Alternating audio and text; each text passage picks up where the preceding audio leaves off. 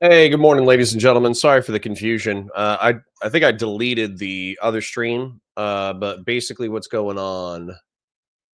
I haven't spilled my tea yet, but yeah, it's right here, and you would think based off of the morning I'm having, I would have spilled it already. So, there's something going on with Chrome where Chrome is not reading.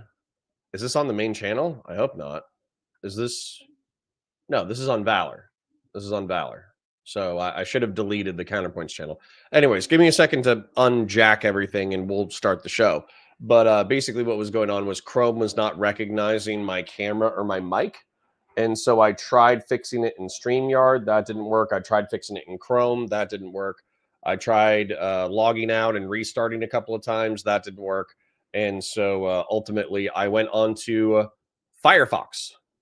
So I am currently on the very loyal and good Firefox browser, which honestly, Firefox has been so good to me sometimes that I try, it sucks that I'm not more loyal to them. But anyways, please start stream team viewer and I will help. No, it's fine. Anyways, sip of tea. Let's go ahead and get the national anthem pulled up. We'll watch that, and then we'll pull up never. What is it? We'll pull up FT Signifier versus Sitch and Adam, which should be fun, by the way. And never Trump guy.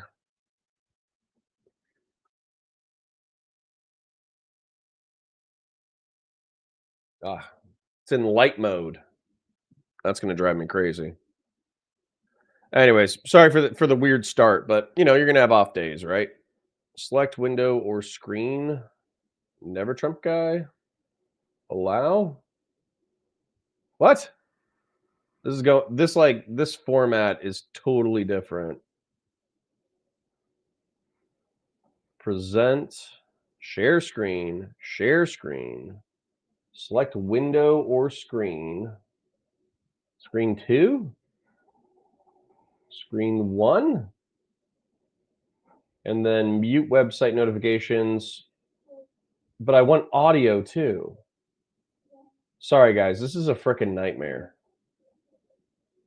How do I get audio as well, you sack of shit? Fuck nuggets.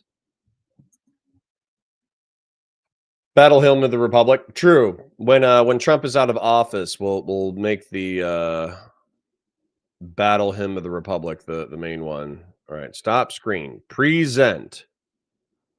Share screen. Use Chrome if you'd like to share audio. Fuck my ass. Sorry for screaming profanities about sex stuff so early in the morning. Screen sharing works best on a good computer. Use Chrome if you'd like to share audio with your screen. Wow, I can't share audio except for on Chrome, and Chrome is the one that is having issues with the camera. Awesome. Good morning, Taylor Scranton. I'm sorry for screaming profanity into your ear so early. All right. Let's see if we can figure this out. All right. So it's saying that we need to use Chrome and conserve liberalism. Just beatbox instead. Yeah, 5 hours of beatboxing. All right. I'm going to share my screen because conserve liberalism was joking about sharing my settings or doing like a Teams call. Oh no, not that one. Close. But we're gonna figure this out. I'm not gonna be a lazy bum streamer and sit around and not do anything all day. So let's actually try to figure it out together. So conserve liberalism. What it showed me is if I go into my settings and then if I go into privacy and security and site settings, then I should be able to get camera permissions And this is set to allow for mic and allow for camera for Chrome. And then if I go to StreamYard and I go to Valor, and then I go to this one,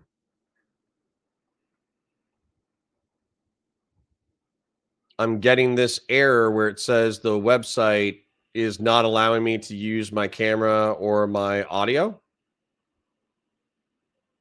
And so if I go to camera, it's set to the wrong thing. So I go to this one. If I go to audio, this is set to the wrong thing. So I change it. And it's not letting me change it for whatever reason, which is awesome. Love that. So teamwork is about making the dream work, apparently.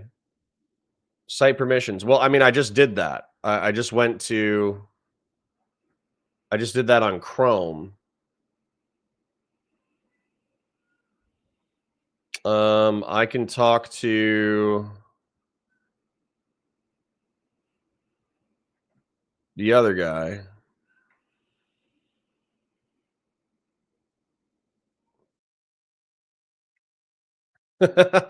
This is horrible.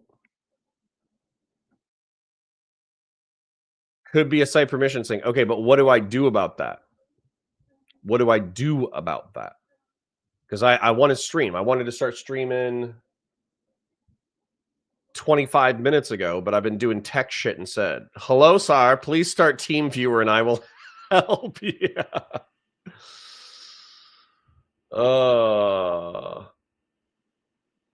Battle Hymn of the Republic. We're gonna make like a rock cover of the Battle Hymn of the Republic and make a music video, and that'll be my new intro once Trump is out of office. Put money in the swear jar. Them's the rules. True. Acapella never Trump guy. I know, but then I can't watch. I can watch it.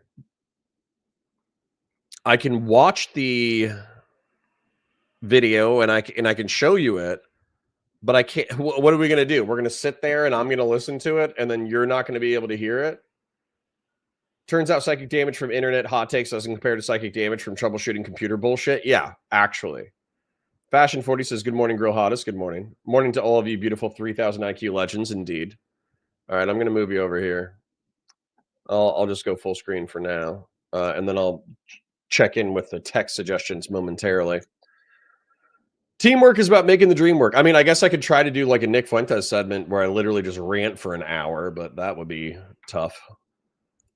Might be site permissions, but okay, but hold on. So just give us a real-time play-by-play? Yeah, I just sit there silently for 3 minutes listening to it, and then I go, oh yeah, FT Signifier's being cringe. Lol.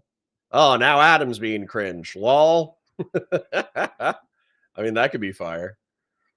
Sacred Snow says, oh my god, I know you don't like turn-based games, but listen to the soundtrack for Wasteland 3. The music in that game is fire, and they did a cover of the Battle Hymn of the Republic. Yeah, pulling that up. Are you kidding me? Wasteland 3 Battle Hymn of the Republic.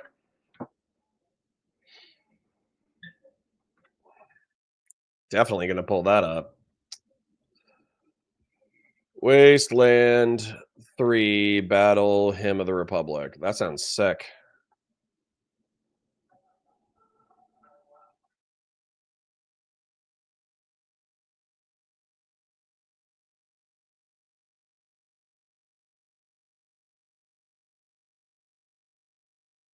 It's too slow, but that's cool.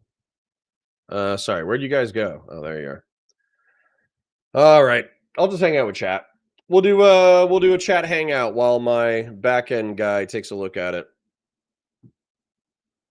Yeah, let me check. Let me know if there's better. If it's better, I think it was the memory being full in StreamYard. Interesting. Let me take a look.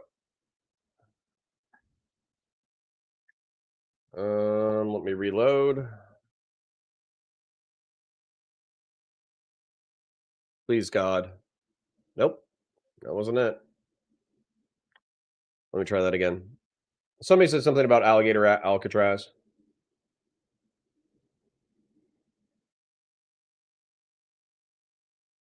All right, we're working on site permissions.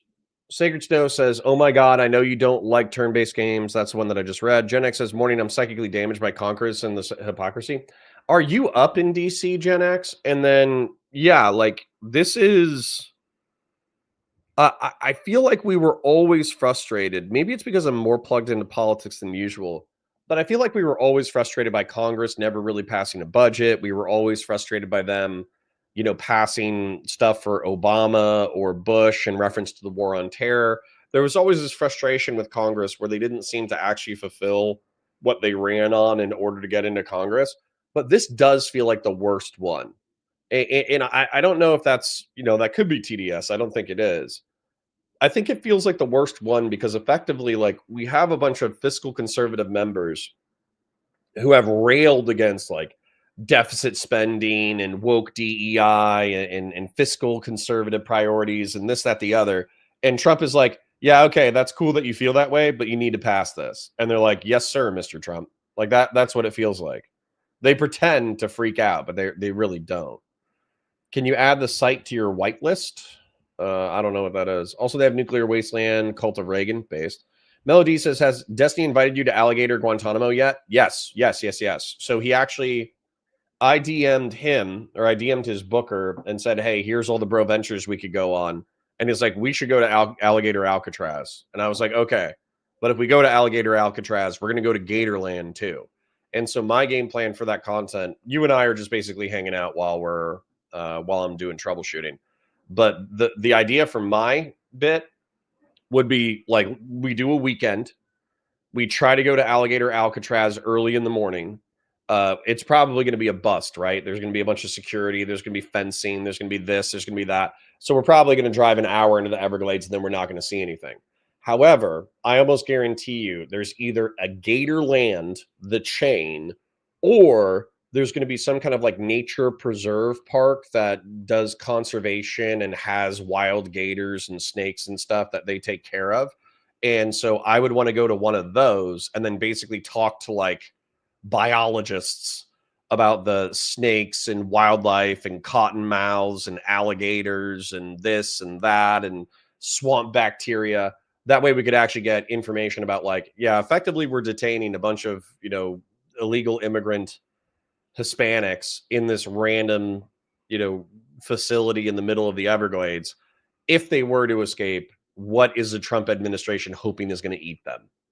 That would be the content from my perspective. Sun Patty says, my next guess would be that StreamYard might need to clear cookies or something, but that'll sign you out. Yeah. I'll do that. I'll do that. I'll clear cookies and or I'll have them clear cookies. And maybe I'll sign out real quick. Sign out and then I'll sign back in.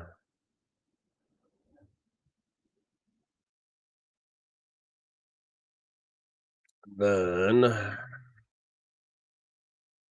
let me go to Valor. Let me enter the studio. Nope. Nope. Sorry, chat. Sorry, we have a tech thing. It's not like I don't have plenty of pre-recorded content I could work on, but I want to hang out with you guys. And also I was looking forward to this content. Because it's been a while since we effectively, like, everybody in drama, they complain Ethan Hassan Destiny, Ethan Hassan Destiny, Ethan Hassan Destiny. Like that's the drama right now, to the point that the drama channels have gotten sick of covering Ethan Klein, Hassan Piker, and Destiny. And so as a result, they've tried to like create their own dramas, but some of their own dramas suck. And some of them are funny. Some of them really, really, really suck. And the one that I would say is good, Chud Logic found this gamer guy who's trying to go pro, but he's not that good. I think it's called Gaming for Hope. And I actually like the guy. I think he's really wholesome. I think he's interesting. I think it's funny. I think it's funny to like watch him struggling to do basic like pro level gamer stuff, and then Chud's kind of making fun of him. I think Chud gets a little bit too mean sometimes, but that's kind of good content, kind of funny. But then Queeman is covering Tommy C, who's another drama commentator who said Chud's a snake, and he's done like 15 hours worth of content, and it's literally a 40-year-old man or like a 50-year-old man telling a 40-year-old man that he doesn't like him, but having difficulty articulating why, and then a 20-year-old calling him dumb. And it's like 15 hours of that. And I'm like, I'm trying to listen to the stuff like as I'm going to sleep, just kind of like dumb white noise that's involved in the internet world that I can kind of like enjoy on a stupid popcorn level before I go to sleep. And it's just a 50-year-old telling a 40-year-old he doesn't like him is not worth 15 hours worth of content. It's just not. It's just not good content. Um, enter without mic cam. No. Wait. Interesting. How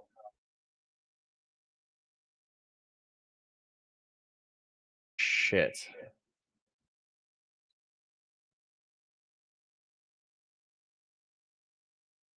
I'm trying to figure this out, guys. Basically, what I did, and there is an echo right now. I'm live. Hold on, I'm gonna hide myself.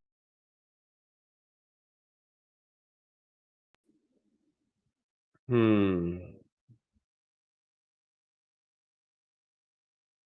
Can I present with audio over here? I need to figure out how to eliminate the echo. Just to share what's going on right now, because I'm sure you have no idea what's going on, and I hear my own echo, so I'm confusing my own brain. But what's going on right now is I have Firefox over here, which is capturing my microphone for my video. I have Chrome over here, open on the same stream, but then I can hear myself with the echo. And I can present on Chrome, but I can't present on Firefox. It's very janky.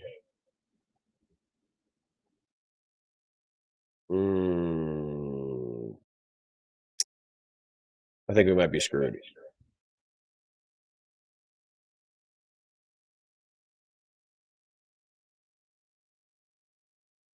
Damn it.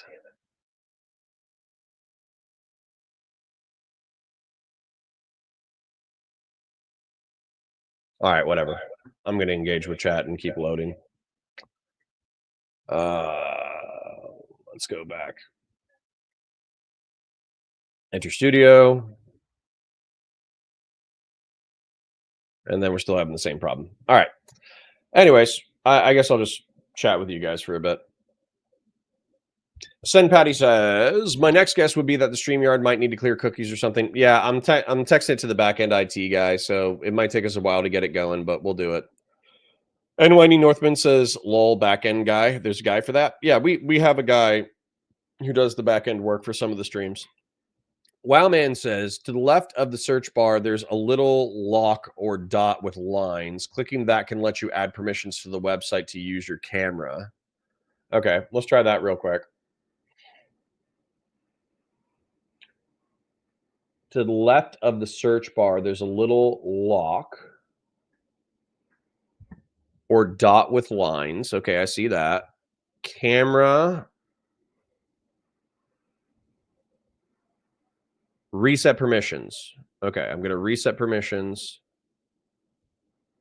And then I'm going to reload the page.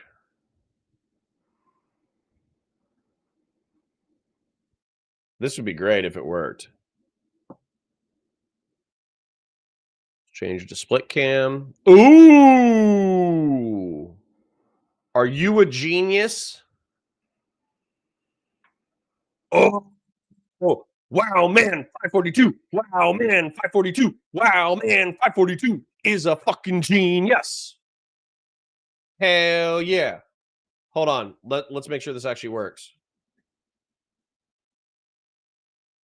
Ooh. Let's get rid of that.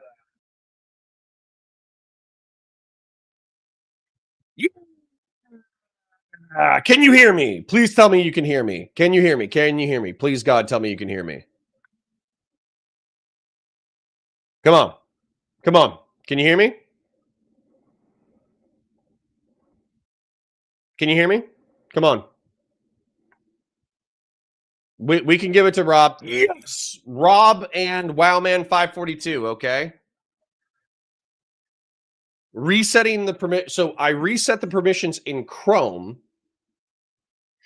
Excellent. I reset the permissions in Chrome, but Wowman542 and Rob, RAWB, told me to use the settings on the StreamYard, whatever, top left by the search bar.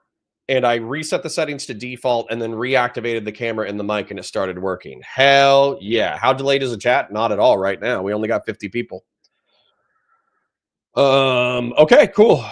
Got it. I reset permissions on Chrome search bar section. So if other people have the same issue, text me. All right, cool. Cool. Rob and Wowman542. Thank you kindly. Thank you kindly. You did it. You did it. All right, so let's catch up on chat real quick. And then we'll start the content. So seriously, thank you guys. I didn't.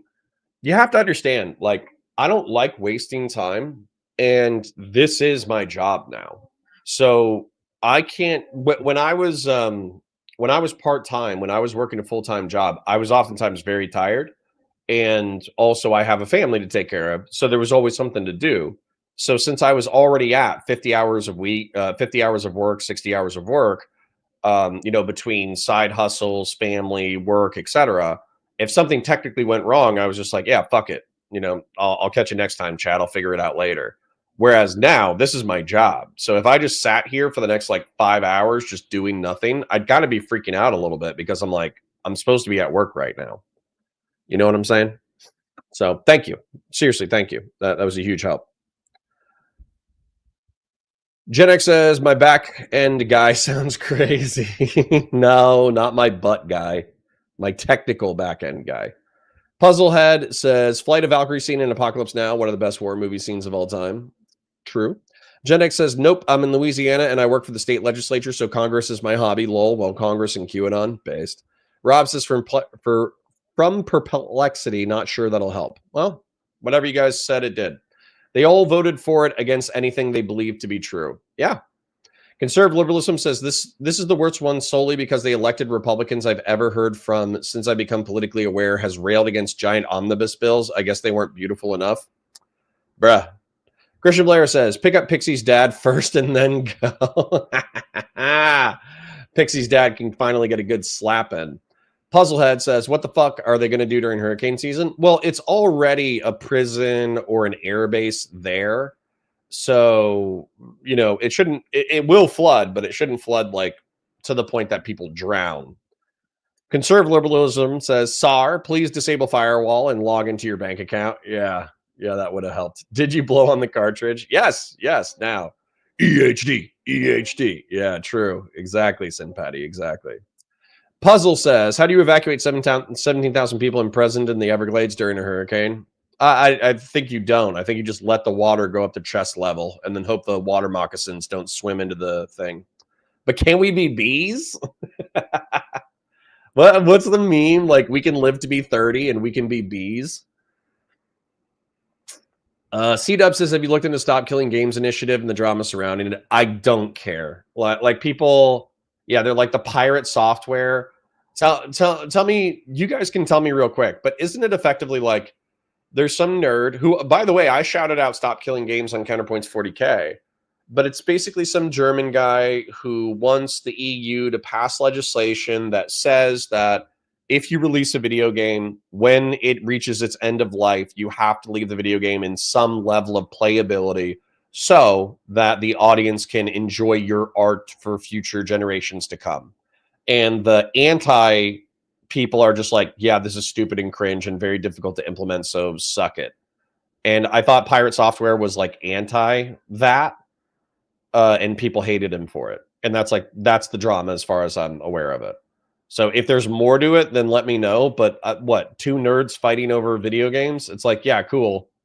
I'm a nerd too, but I'm not losing sleep over this. Like Destiny 2, No offense. I like the video game Destiny. I like the first one in particular. I bought it during the Taken King, so I actually bought it when it was pretty much a finished game. And then I played the opening to Destiny 2, which started strong, but then immediately lost me when you lose your powers, but you only lose your powers for one level. And then you get them back almost immediately. And then you defeat the Gaul, whatever, Gore, the main Cabal bad guy. And then basically after Trials of Osiris or whatever, after the Osiris level, I was like, I'm done. This sucks. Like each expansion was increasingly like weak and lame and recycled enemies.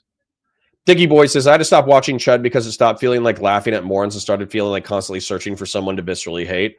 I mean, yeah. And that's the thing is like when it's fun and it just feels like the person could come into the video and they could have a good time bantering back and forth. That's one style of content. Whereas when it feels like almost like hateful and bullying, it's another style of content. And I don't like the bullying one. Like the one where you're kind of like talking shit about somebody being cringe, but it feels like they could come in the call and have a good time. That is more my style of the content that I enjoy. Unless the person is particularly nefarious. Dank Brandon says, mute your YouTube stream window. That is echoing. Yeah, but, you know, we just figured that out. Call Dan. True. DD22E says, bruh, any of you guys use Blue Sky? It's nice. It does not have groypers, but hot damn, does the war between normies and tankies on it crazy? Yeah, that's why I don't do it. I'm still stuck in the Twitter swamp. I promise we'll get content started momentarily. I understand that I delayed stream with tech issues and then also just bullshitting with chat. But I love chat and I want to hang out with them before we get the content day started, even though the content day is already screwed up. The Wowman 542 and Rob, thank you for helping me out with the thing. But the reason why I don't want to go to Blue Sky is, no offense, liberals and progressives. Libs frustrate me because I feel like they could understand what I'm saying and not be dicks about it, but they're still dicks about it, right? Then progressives frustrate me because we actually just have like an opposed worldview, and they just have this utopian way of thinking that drives me fucking crazy. And then I view tankies as like the ultimate extension of that, where they're just like, we should implement progressivism by force, you know? And it's like, all right, well, fuck you, right? So I have endless frustrations with the left that just piss me off to no end. With the right wing, I can typically get along with conservatarians. My only problem is we will just argue about how big the state should be if there's like a statist libertarian. And then with the fascists, you could actually just have like interesting conversations about like fascist philosophy. But with fascists, some of them, especially the stupid ones who don't understand the philosophy at all, they're actually just evil. They're actually just like bad people. You're just like, hey man, maybe we shouldn't throw Hispanics into a congregation center. That was my favorite. That was my favorite verbiage, was when Steve Bannon, he didn't want to say concentration camp. So he used a thesaurus synonym list in order to find the words congregation facility. And then he starts talking about Alligator Alcatraz, and he's calling it a congregation facility. I was like, bruh, like maybe you lost your moral grounding somewhere if you're Googling the word concentration camp in order to find synonyms. Like maybe you lost the plot somewhere. But that's where we're at. That's where we're at. And so the dumb fascists, the ones who don't even know they're fascist, are actually the most frustrating to talk to, because they're just like, yeah. They're like, yeah, I love killing Central Americans through exposure to Floridian elements. And it's like, okay, well, fuck you, I guess.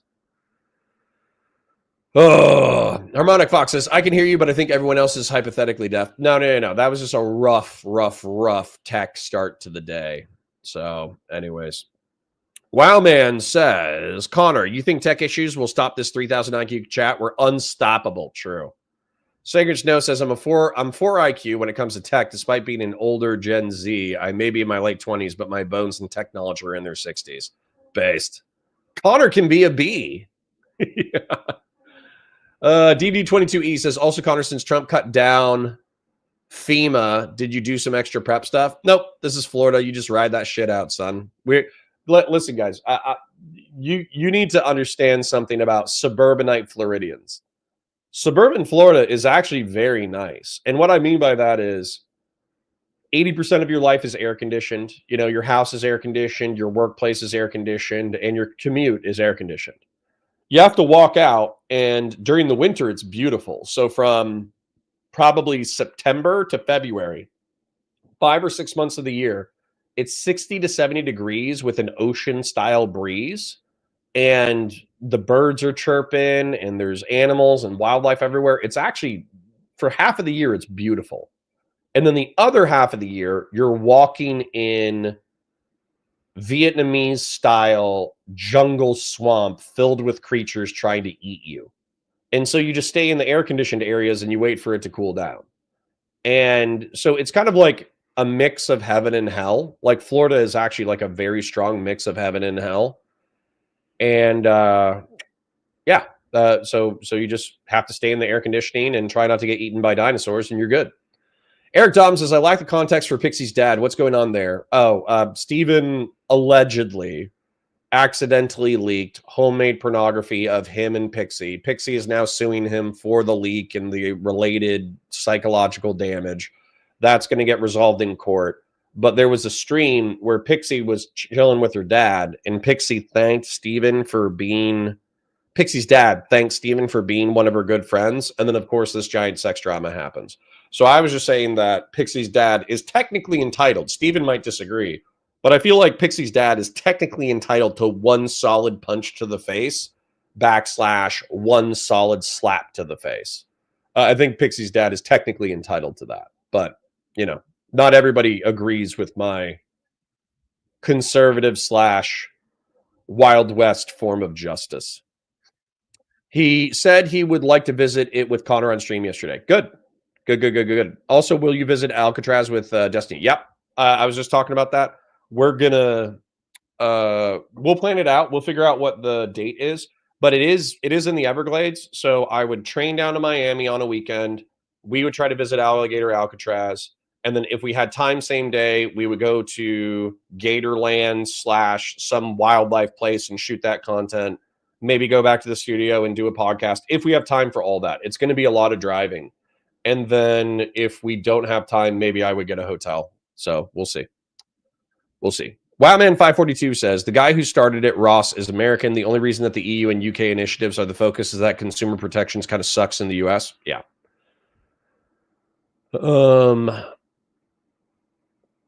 Yeah. Art preservation is cool, but again, we have like 10 million other fucking problems besides that. Melody says the pirate software guy misrepresented the movement and was actually trying to stop people from supporting it, but people hate him because he's narcissistic, cocky, and never apologizes. Okay, to me, that's like not a big deal. God, I need a haircut so bad. If some douchebag nerd on YouTube is criticizing some nerd movement to preserve art, listen, guys, that's not that interesting. You know what I want my dramas to be? I want to be somebody who is rich, who doesn't deserve to be rich, doing something incredibly stupid that I can laugh at so I can get some schadenfreude from them screwing up their material success because they're wildly unsuccessful in a different aspect of their lives. That's interesting drama. Sex drama can be interesting if there's like betrayal or lies or this or that, or there's some complicated mess or a lover's quarrel. That can be interesting in limited bursts. And then I'm trying to think of like my other favorite dramas. That's pretty much it. Like, you know, sex dramas, politics dramas, backstabbing, political backstabbing, clout backstabbing. That can be fun. That can be interesting. Like Twitch aristocracy, backstabbing each other. That's fun. That's pretty much. Yeah, I like rich and powerful, successful people who kind of suck getting some karmic comeuppance for bad behavior. Although that, like, the one where that guy got drunk because he was being cheered on by Ludwig in order to get massively drunk, and then he started sexually harassing all the girls at the party. That's not funny to me. That's gross. Sen Patty says, Connor never experienced Forsaken, which was peak Final Shape, which was fantastic story-wise. For Destiny 2, I still can't believe I spent 10 years with that game. Yeah, but you know what pisses me off about the final chapter is Cade. right? So Commander Zavala died in real life, which is sad. I love that actor. He's a fantastic actor. And then Nathan Fillion, who plays Kate Six, is one of my favorite actors. I think he might secretly be a douchebag, but he's a good actor, and his characters are very charming. And so the killing of Kate Six and then bringing him back felt totally wasted to me. Like the whole reason why you kill characters is to have emotional impact. If you bring back your characters constantly that you kill, it has no impact. Let's like the video, nerds. Shadow 2 Bravo brings up a great point. Old School says, OT, probably not your bag, but the new season of The Sandman just dropped with Jenna Coleman. Yeah, whenever I think of Sandman, I think of like the guy from Spider-Man who is made of sand and or like a dream demon that haunts people. So I have no idea what the Sandman is. Christian Blair says, Connor won't use Blue Sky simply for the fact he wouldn't be able to post fell for it afterwards. Although, hey, when the lefties get power again and they start doing cringe shit, we need to make a left-wing equivalent of the fell for it awards. Absolutely. Conservative liberalism says, I get why people went to Kick and Rumble because Twitch and YouTube are censor crazy, but Blue Sky was a movement of people who thought Twitter was too mean or had problems with select personalities. Sure. C-Dub says, don't worry, I can be a prick while also understanding and agreeing with you. Excellent. All right. I'm going to read a few more and then we're going to get cracking because we've been live for 36 minutes. 25 minutes of it was just tech issues. And we got like 60 people and I don't want to bore you guys to death. AKA Batasui says, can you explain how MAGA and Trump think that the U.S. can be a net oil exporter? It drives me effing nuts, and they ignore that we only have 5 years proven annual reserves, where countries like Canada and Russia have 70 and 80 years of the annual reserves. Yeah, because they're idiots. AKA Batasui, it's so easy. They're dumb, okay? They think that we're perpetually going to find new fields to frack. They think that we're going to perpetually find new stuff, and that's probably true to a degree. We're going to keep finding new things. But betting the future of the United States of America on perpetual oil supply when we have some of the lowest proven oil reserves on the planet of any developed nation besides ones that just don't have oil is dumb. We're going to be involved in the Middle East and North Africa. We need to unlock thorium and fusion nuclear reactors. We need to. It's not an option. So the fact that we're like slashing funding for R&D is pissing me off. It's so short-sighted. Well, QC John says they also gay people that want to eat your face. I don't know what that means, but sure. Oh, Florida. Yes, Florida's like that. Puzzle says, not September, closer to mid-October is when it starts getting nice in South Florida. Yeah, I live in Central, so we get a little bit colder a little bit faster. Conservative liberalism says, I live in a mix of heaven and hell too, but our hell is minus 40 without the wind chill factor. Gee, bus. Sin Patty says, is Steven a passenger princess? No, he has a manual stick shift Ford Focus, like sport souped up car, and it's fun to drive. I got to drive it.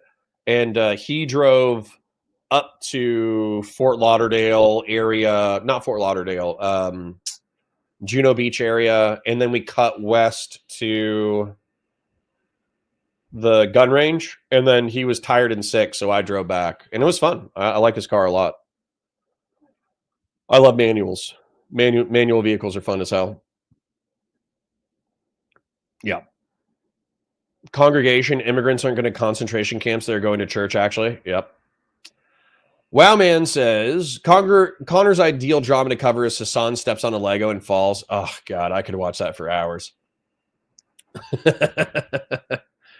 Oh, yes. That's my jam. Christian Blair says, Nathan Fillion seems nice, interviews podcast, but he supposedly treated his co-star on Castle like shit. That's what I heard. And then also Christian Blair, in his new show, he has a new cop show called The Rookie. And he starts out with a financial interest for the female lead. And they like date and act together for a while. And then they broke up in the series, but they kept her as an actress. And then she started dating another character in the show.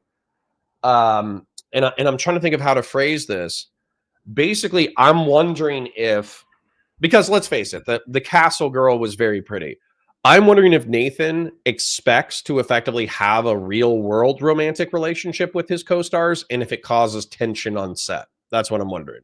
And then if he doesn't get his way, if he throws a fit like a little like a toddler. I'm wondering if that's the case. So he could be quite charismatic and fun and charming, but if he doesn't get his way, he throws tantrums. I don't know.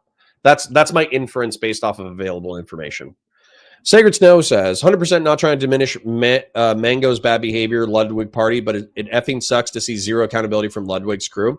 Yeah, but OTK deserves their downfall. That whole crew, the Twitch aristocracy, are a bunch of theater kids who grew up and accidentally got into Twitch and became millionaires. Gen X says, oh my God, I love the first season of Sandman. Glad to know there's another one or two. I haven't watched any shows in forever. Yep. Connor listing his drama makes me wonder if he watches soap operas. Well, yeah. I don't watch soap operas. I watch Twitch and YouTube drama. Yeah. Yep. Griffin says there are people who legitimately, honestly, and truly believe that there's an unlimited supply of oil in this earth. Well, there could be a lot, but it's definitely not unlimited. All right, let's get it cracking. That's enough. That's enough of me yapping at chat and having tech issues. And by the way, I cannot promise that this will not be one of those chill conversations where I think it's going to be cool because the characters involved are people who should have a lot of contention and fights, but then they actually, have like a reasonable conversation and all that kind of shit. Oh, there's one person over here. Come, DD22E is hanging out on the wrong stream. Come over to Valor Media Network. This was a tech issue thing. At DD22E. And then let me delete that stream. Sorry for all the tech boomer stuff, but it is what it is. I got to take care of my people. I can't be worrying just about my current chat when I'm leaving people out to dry on a stream. That'll never happen. Let me upcoming and past. I'm not seeing the stream on my end, so if that's still live, that's on YouTube's end. Okay. All right, is what it is. Those people are going to have to suffer. Let's go ahead and get FD Signifier in here. I was told it was effectively a rehash of a lot of the BLM talking points, but Adam's such an idiot, and I probably viciously dislike FD Signifier's political points so much that I think it'll be good. I'll at least have fodder to talk about. FD Signifier. All right. All right, here we go. Let's up the quality. Let's full screen it. All right, let's do an intro. Hi, guys. My name's Connor. I'm a science fiction, political, and philosophy nerd, a Marine Corps and law enforcement veteran, and a never-Trump Republican. Today, we're going to be breaking down a couple of things, but the first thing that I got for you is Sitch and Adam, who are centrist, independent, liberals who no longer like the left because the left has gone too far, blah, blah, blah, versus FD Signifier, who is a black gentleman on YouTube who does talk about progressive issues, leftism, Black Lives Matter, all that kind of stuff. And they had a conversation / debate that I wanted to review because, frankly, between Sitch and Adam, you think we would be natural allies, but I think it's the narcissism of small differences, where if you align a lot politically, but then somebody does something very stupid, you kind of freak out on them because you think that you should be more aligned. That's what I did to Adam. But Adam's also an asshole. So, it kind of is what it is. So we're going to watch it. Hopefully we find some things to make fun of and criticize and expand into cool ideas. So let's go ahead and bring Mr.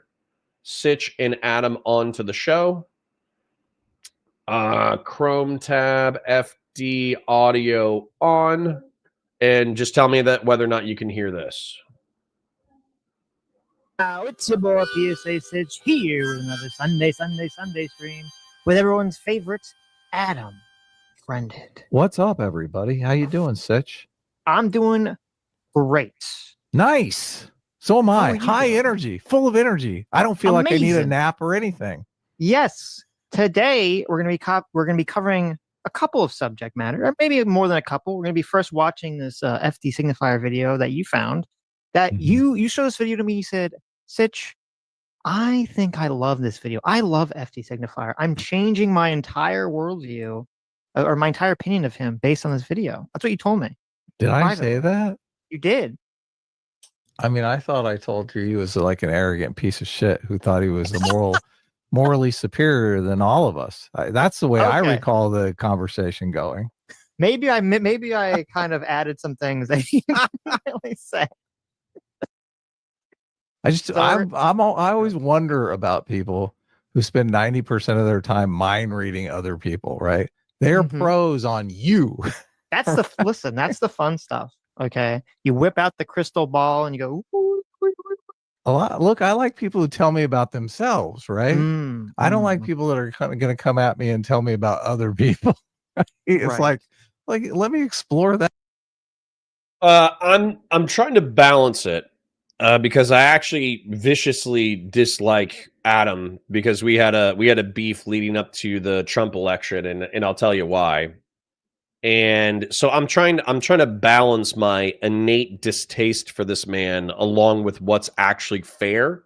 So I'm going to try to be fair, but I just kind of want to warn you that I might not be fair. I might pick on this guy extra hard because I got beef, basically. So Adam is sarcastically talking about how, oh, isn't it he's being sarcastic, by the way, if you couldn't tell. He's saying, oh, isn't it so unreasonable for people to tell you about the mindsets of other people versus when they just tell you what they think?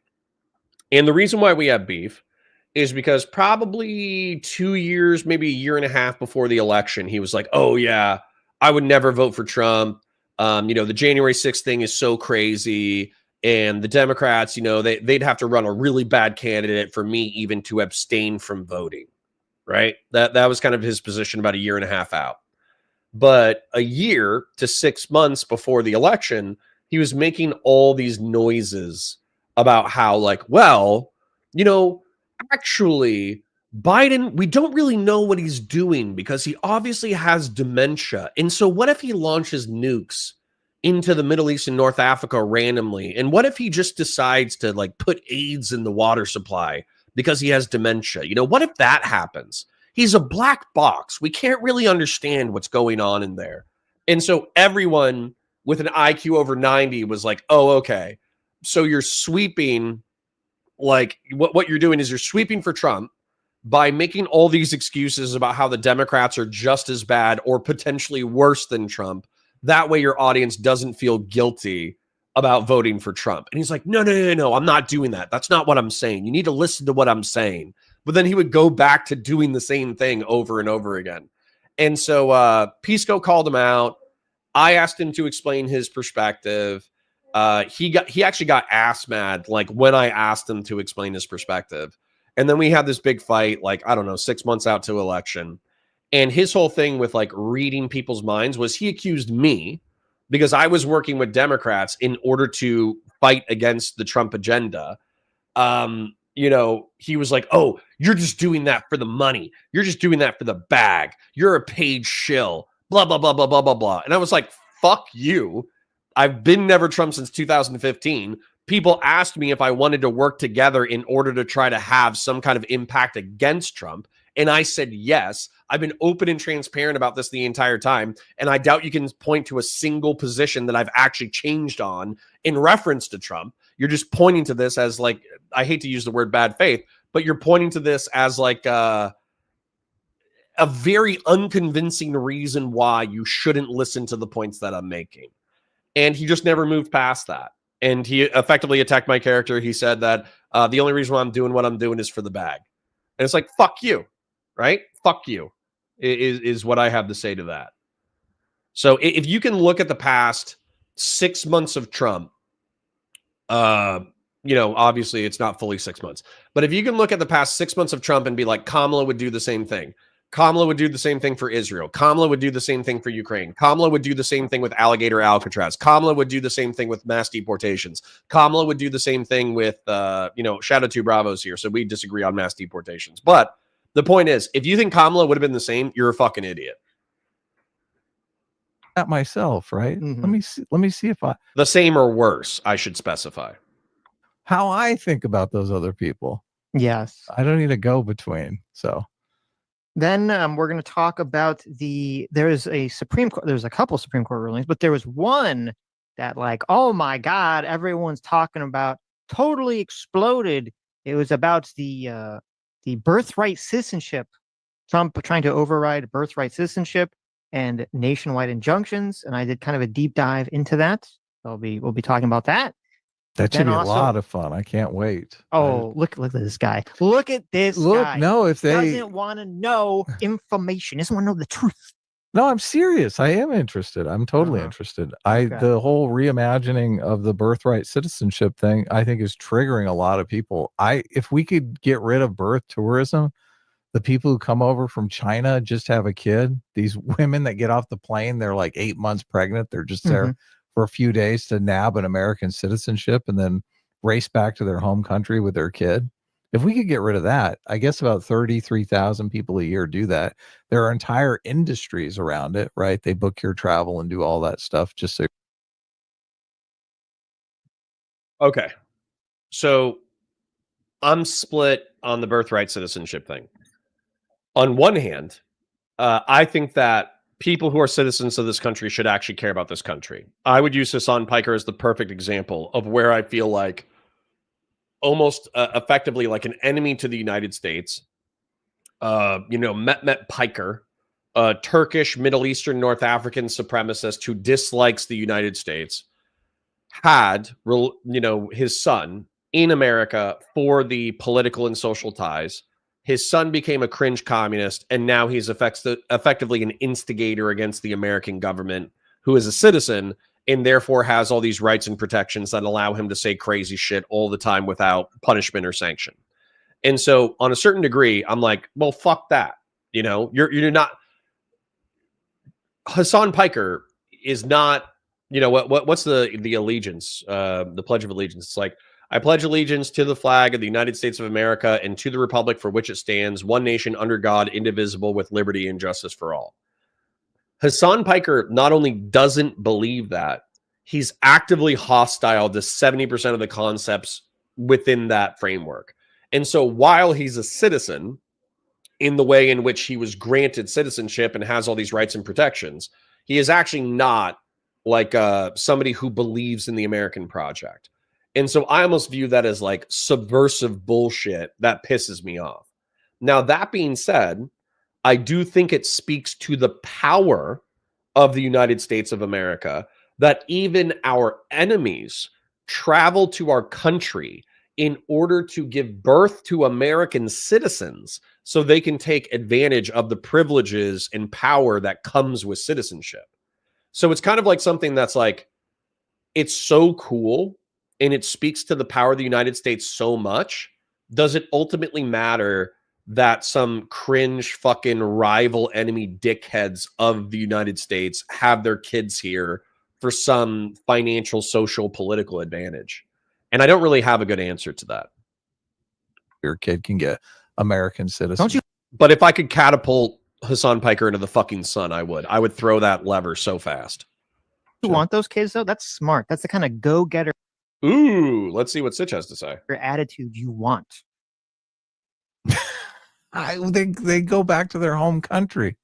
First of all, a lot of them don't. A lot of them come back to the United States for college, and then they either go back to their home country, Western educated, and then make their societies better, or they stay in the United States and they become productive citizens for the United States. Well, if we could get rid of Hassan, because that's basically what. True based. Damn it. We agree. Hassan's parents did, right? Hassan's parents showed up for a couple months, had Hassan, took him back and raised him in Turkey. And then once he was 18, foisted him on the rest of us. So do you really think that that's a good thing? Okay, you've changed my mind. with one one example. individual. With Yes, one example, exactly. yes, you've changed my mind. I'm against birthright. Well, it seems like a big fucking scam. Is it not a scam? That's a scam. Right. Yeah, 1 foot on American soil, and all of a sudden, I agree with Adam. you're an American citizen, born to completely foreign national parents. So there you go. That's a one case, though, that I think the idea that they're not under the jurisdiction of America seems to apply, right? No, it doesn't. That's not true. Oh, really? Okay. I guess we're going to talk about that. We're going to talk about that. Yes. Yeah. I read the not just some of the opinion that came out, but which wasn't really about that. It was about the national injunction. But I read the opinion that from like the 1800s that was originally where birthright citizenship, the interpretation of it has come from and has never changed since. Ooh. Okay, cool. So we'll talk about that. That's the case, right? I know about that. Yes, I'm well versed in a lot of things about the world. Yes, I know all these things. I'm a genius. And then you are. Listen, your brain. That's laughable, but okay. I just thought I would say it because it sounded funny. and then. Oh, I missed this. I missed the Sitch and Adam friendship tour. All right, I'm gonna read a few chats just to break up the stream a little bit because they're obviously warming up. Christian Blair says, the rookie is all right, but it's really effing unrealistic in reference to guns, cops, and procedures. I agree. I actually thought that fire content would be the way that I do my reacts and breakdowns for...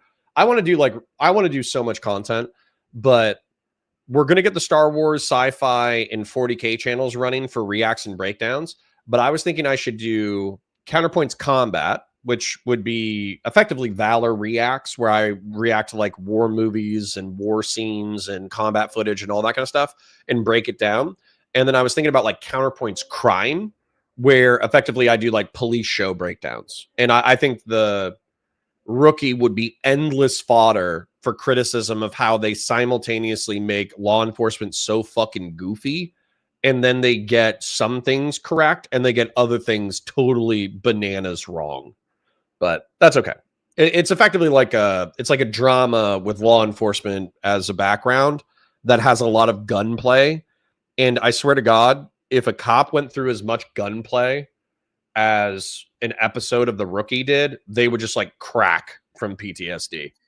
But anyways, Sacred Snow says, like, obviously all of Mango's actions are the result of his decision of them cheering on alcoholic reaching a BAC that has a 50-50 chance of death. Yeah, exactly. Yes. All right. Then Wowman542 says, who will give Connor psychic damage first, FD Signifier or Adam? My money is on Adam. Well, yeah, he already did, so good. Sin Patty says, FD exudes psychic damage, but man, Adam is another level of cringe. Well, we're going to see how it goes. Yeah. No. So, AKA says, Adam's going to annoy you by trying to be funny. I'm betting. Listen, I'm into boomer humor. Okay, I'm a boomer myself in many regards. And so being cringe in order to elicit a laugh and it half working and not working, I find that endearing. So that's actually, I'm going to try to be fair. I'm going to try to be as fair as I can. Sacred Snow says, also try to repress the one guy if LB shows up. I'll try. No promises. All right, let's continue. Then we'll be also talking about the Ethan Klein lawsuit. Oh my God, it's so good, Sitch. It's so funny. It's levels of epic. He's like, I gotta include the diversity and inclusion here. I need to add a black guy to the lawsuit. Yes, so we'll be talking about that, and also we can watch. I found a funny video of Hassan maulding and raging out about the whole lawsuit situation. Right. Does he mention Osmongold? I mean, I don't see an... He obviously mentions Osmongold. Okay. Every video he has to mention Osmongold. It's like it's in the contract. Yeah, what's going on with that? He's just super bitter, right? Super chapped. He's been dethroned. Hierarchy. He got dethroned and he can never let it go. Is he gonna wait till he's in third place? Oh my God, suicide watch. It was funny. There was like a time period where he would not like every. All right, I'm going to fast forward a little bit because I want the content. Even if they're not talking to FD, I want them to break down his shit. Here we go. 0-0. Okay, so let's see if they do a little bit of an intro first, and then it looks like in the next 30 seconds they're going to start the content. Makers. Wow. Yeah. And then he okay. put some schlop background track on his video. I mean, I do think this is on his B-side channel, so so it's just B-side slop. Okay. Well, let's jump into this. Video is going to be a bit long for a light work, so for the sake of those who might not finish, I want to give one really important takeaway up front. Stop arguing with certain folks on social media. If you see people posting things like Black people stay home or anything that remotely sounds like FBA or ADOS type rhetoric, block and ignore. Black conservative Negro babble, block and ignore. We have more control over social media. Oh my God. 30 seconds in. We got to hear that again. Oh, wait, it's right there. Black conservative Negro babble. You like that framing? That's a good phrase. I like that phrase. Yeah, that's crazy to me. I'm probably thinking it's crazy for similar reasons to Sitch and Adam. If I said the N-word hard R in any context, I'm pretty sure people would be, they might not care because, let's face it, we're not that big of a creator, but they might not care, but that would be used as endless ammunition against me forever, is just using the hard R in public. And then also just Black conservative, I could probably say that. I'm not going to. N-word babble.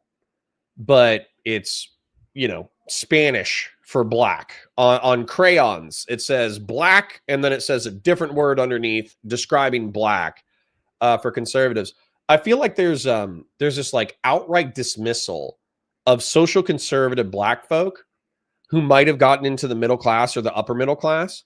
And so they adopt some fiscal conservative perspectives. And so they start being sympathetic to non-racist Republican policy. And so they get outright dismissed by the Black community and effectively told that they're traitors. And I think that's racist as shit.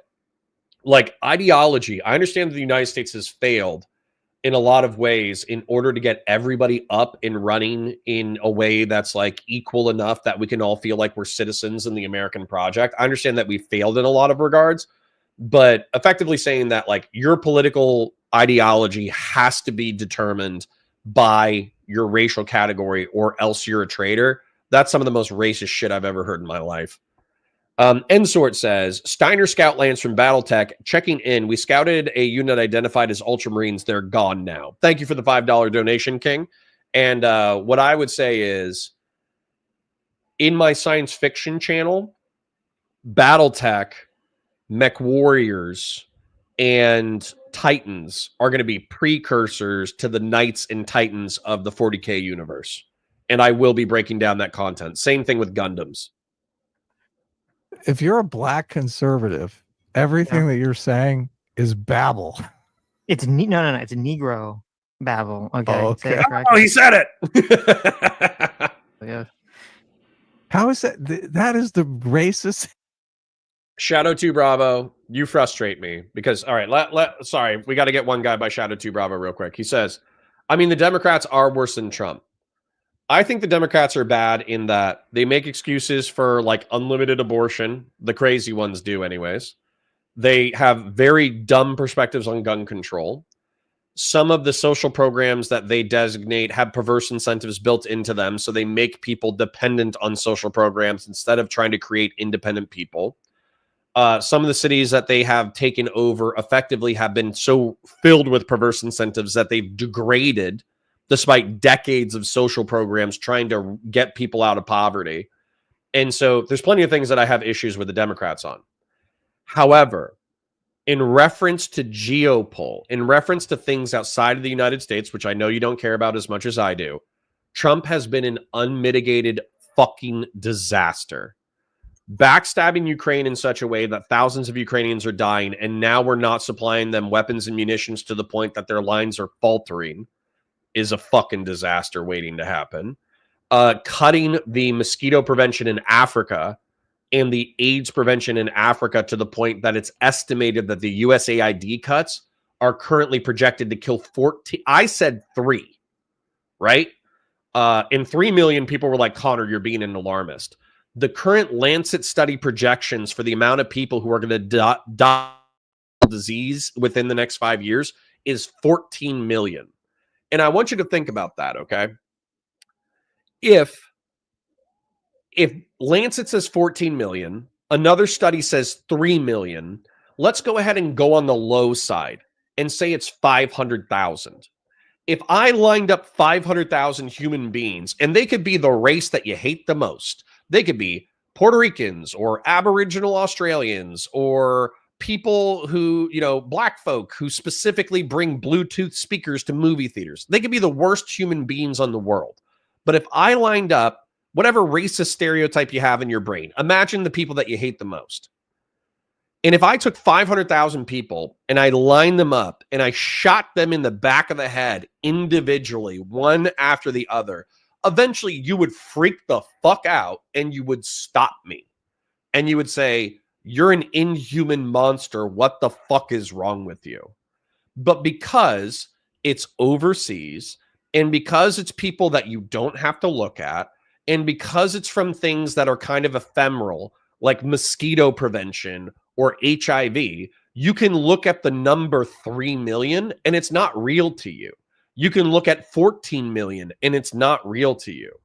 But if this was happening as a result of violence, and it was videotaped, it would be real to you. And so that's what kind of pisses me off. Like, Shadow 2 Bravo, I'm going to love you till the end of days.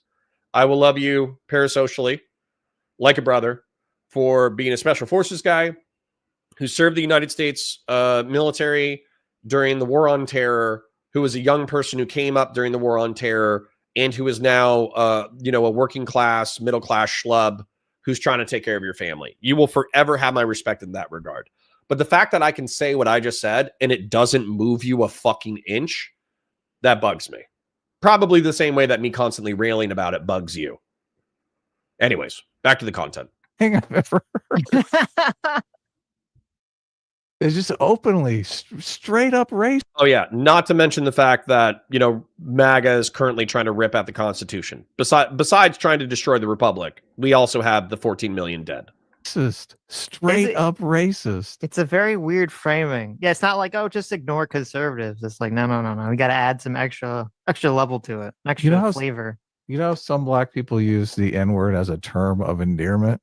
This is not the opposite of that. This is...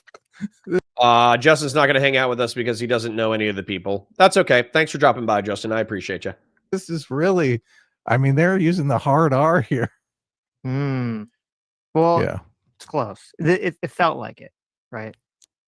I think he means it as an insult, Sitch. I think he does. I don't think it's alleged. I think it is totally intended.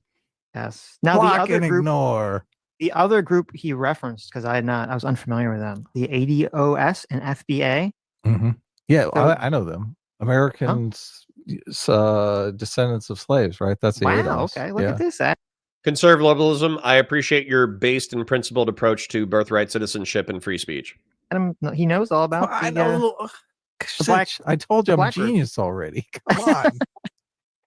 What's the other one? The FBA one. Oh, that one I don't know. I know the ADOS. 1 out of 2 isn't bad, right? That's not bad. Yes, it's actually a very similar movement. It's Foundational Black Americans, which was popularized by none other than Tariq Nasheed. Oh, well, that's sad. Now they both are organizations that they want reparations specifically for Black Americans that were descended from U.S. chattel slavery, and they want to distinguish Black Americans from Black immigrants. So anyone who's Black that is not a descendant of slavery, they want to kind of create a different category for them. And he's against that. The FD signifier is, probably just because a lot of those ADOS people are conservatives. Those are the people who've told me all my life, I don't want to be called an African American. I'm an American. Like, I've been here my entire life. I was born here. My parents are from America. Are they? I thought they were in favor of reparations. The ADOS people are? Yeah, I thought so. Maybe some are. Mm-hmm. Well, look, I could be conflating the two groups. I love these guys, but they take a while to make a point. I'm going to fast forward a little bit. because Sort of like it breaks down Reduce age. thing. right, yeah. They're taking the Mahler EFAP approach of taking 11 hours to break down 30 minutes worth of content, which is entertaining. It's fun, but we get it. There's some silly race tribalism within the black community against black conservatives, and also Tariq Nasheed popularized the term foundational black Americans to differentiate the descendants of slaves versus more recent black immigrants who haven't experienced the same level of systemic discrimination as the descendants of slaves. We got it. Thank you. Media than we realize, and we control it via the currency of our attention. Do not engage, do not share, do not comment. Even if it keeps popping up, just keep telling them you're not interested. Close the app if you have to, and trust me, you reduce not just how much of this you see, but you reduce its reach altogether. We'll all be better for it. Anyone that needs to be convinced to go outside is probably not someone you want outside, so it's not worth arguing and spreading this rhetoric around. All right? From a personal perspective, I think that's fine advice. Too many people get sucked into arguments and all this nonsense on social media, and it's just stop it. It's not worth it. Just log off. Okay, you don't need this in your life, right? Just be chill. Starve Touch the grass. beast. Yeah. Yes. So I agree with that on a personal perspective. Now, if everyone did that, everyone ignored whoever they were, side they didn't like politically, even though I think you'd be personally. Do you guys want to? Sorry, is there a point where FD Signifier actually comes into the debate? I thought that they had a debate, because I would borderline. I wanted a debate. Oh, here we go. Is this it? Yeah, we're gonna fast forward because I want a conversation that I can react to, not a breakdown of a video that I could break down myself. So let's see if this is the debate. I never really paid attention to the chat. But this is the first time I've actually sat and watched y'all talk about my video. And so I had a lot of fun with the chat. What were Ace. people saying? I'll come back to my point. What were people saying in the chat while we were talking about your video? I wasn't looking at the chat much, so a lot of just kind of they're really excited to see me. It's kind of like a bunch of puppies, everybody's wagging their tail trying to get my attention. Hey, FD, look at me. Here's something racist. Here, I said something racist too, FD. FD, what do you think about Wakanda? Are they? Somebody said something about Wakanda. Based. All right, cool. Now this is what I call content. Wakanda, wow. So they're obviously on their worst behavior. And then one guy spent like a good $100 to get my attention between these super chats. He's got a crown next to his name, Ace. Ace has talked about you before and said he thinks you're totally racist. So, man. Look, Ace is my biggest critic that thinks I go too soft on Trump. He's constantly yelling at me because he hates Trump. So, yeah, I mean, every chatter group, I've done enough of these in various spaces to know that there's always some unique chatters. And so, like, in my own ADHD moment, I did not focus in on your point. And I was looking to see. It's okay. As I was talking, I was in the process of putting the screen back up so I could see it. But I'm going to go back to We'll go back to the point. Yes. I'm sorry. What was racism against Black people has been a problem in the past in the United States. Some people might argue. Okay, so you agree. You think it's still a problem now. Mm-hmm. We probably disagree on the degree to which it's a problem. But don't you think racist stereotypes about Black people are a huge weapon in that fighting racism and perpetuating racism? I mean, racist stereotypes are a huge problem for like addressing the problems of race. Like the fact that you have to deal with stereotypes is a daily issue for Black people. So yeah. So they suck. You're saying it's horrible. Well, stereotypes in general are bad. Right. Okay. So look, I just, if someone obviously believes these stereotypes and uses these stereotypes against Black people and is not conscious of it, or is doing it worse consciously but nefariously, like they know what they're doing. Mm-hmm. I mean, I would say that's racist, and I would call that person a racist. But it seems that a lot of people on the left, black people included, get a pass for doing the exact same thing with white people. They're creating racist stereotypes about white people. Even the white fragility is a racist stereotype. So I want to see where that goes. So I'm going to make a prediction real quick, is that FT Signifier is not a dumb guy. Okay. So FT Signifier is probably going to steel man white fragility and the systemic analysis of race and all that kind of stuff. Sitch and Adam aren't going to buy it, and probably neither will I. However, he's going to be able to articulate it better.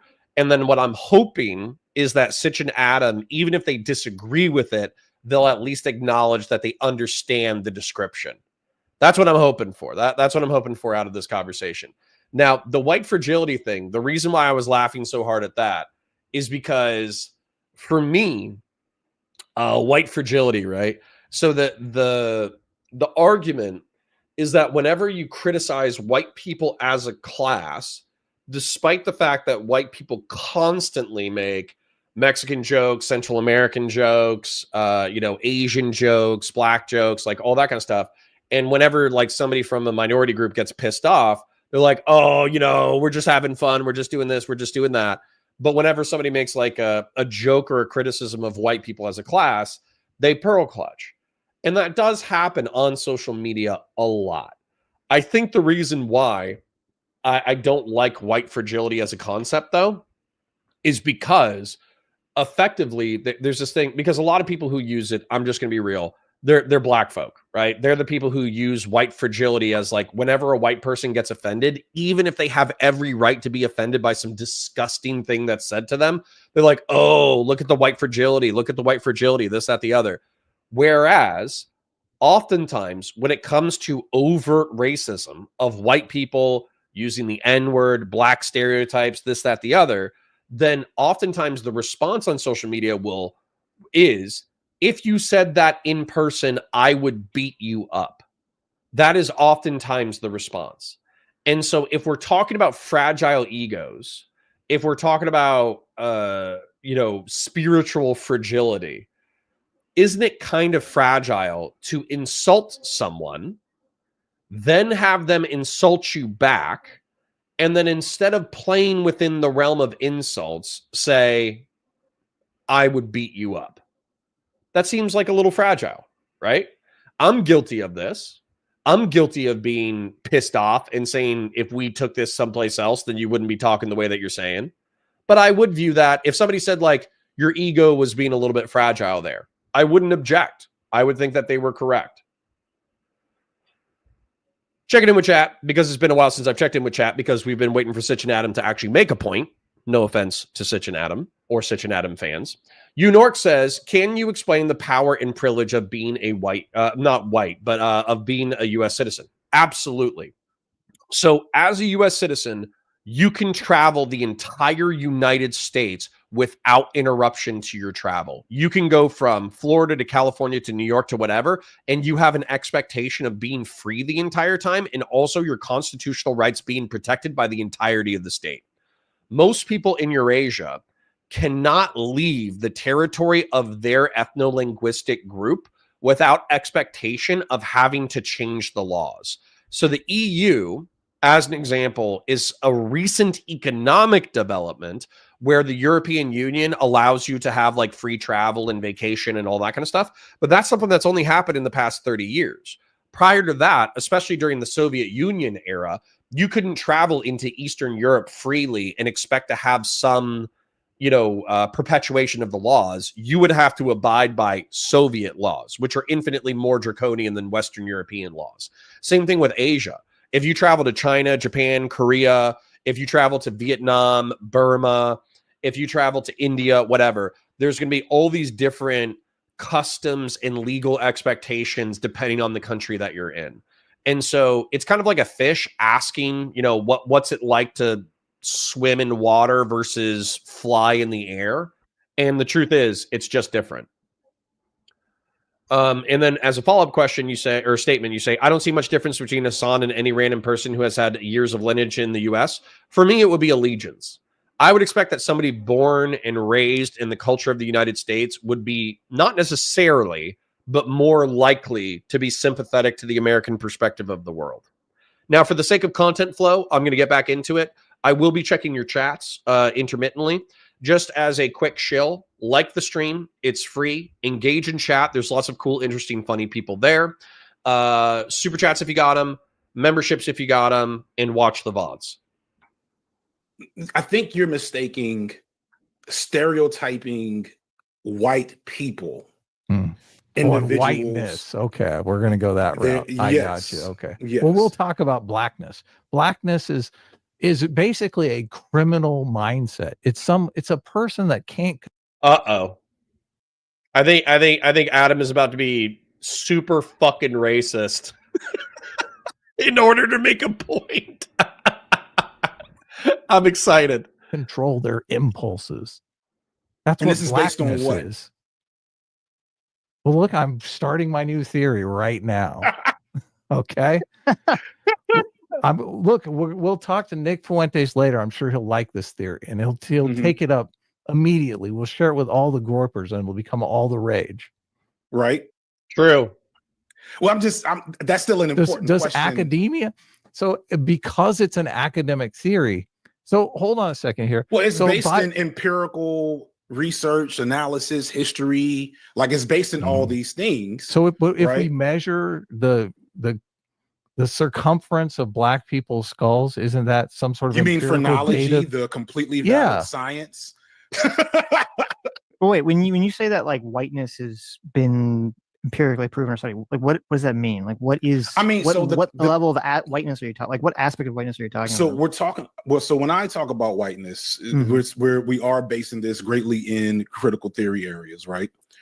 We're talking about whiteness as a property or disposition. We're not even really talking about complexion, because like I don't know, you might call. And I'm getting a little bit out of my bounds here, so feel free to gotcha me at a later date. But like in India, there's I like how earnest FD Signifier is being. Even if I viciously disagree with him in this conversation, it seems like he's actually listening to what Sitch and Adam are having to say, and he's trying to formulate complex thoughts to articulate. I appreciate that.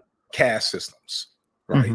That still cleave toward whiteness. In Japan, there's been whiteness. In South Korea, so the concept. Wait, when you say whiteness, do you mean just that there's a caste system, or do you mean that they prefer lighter color skin?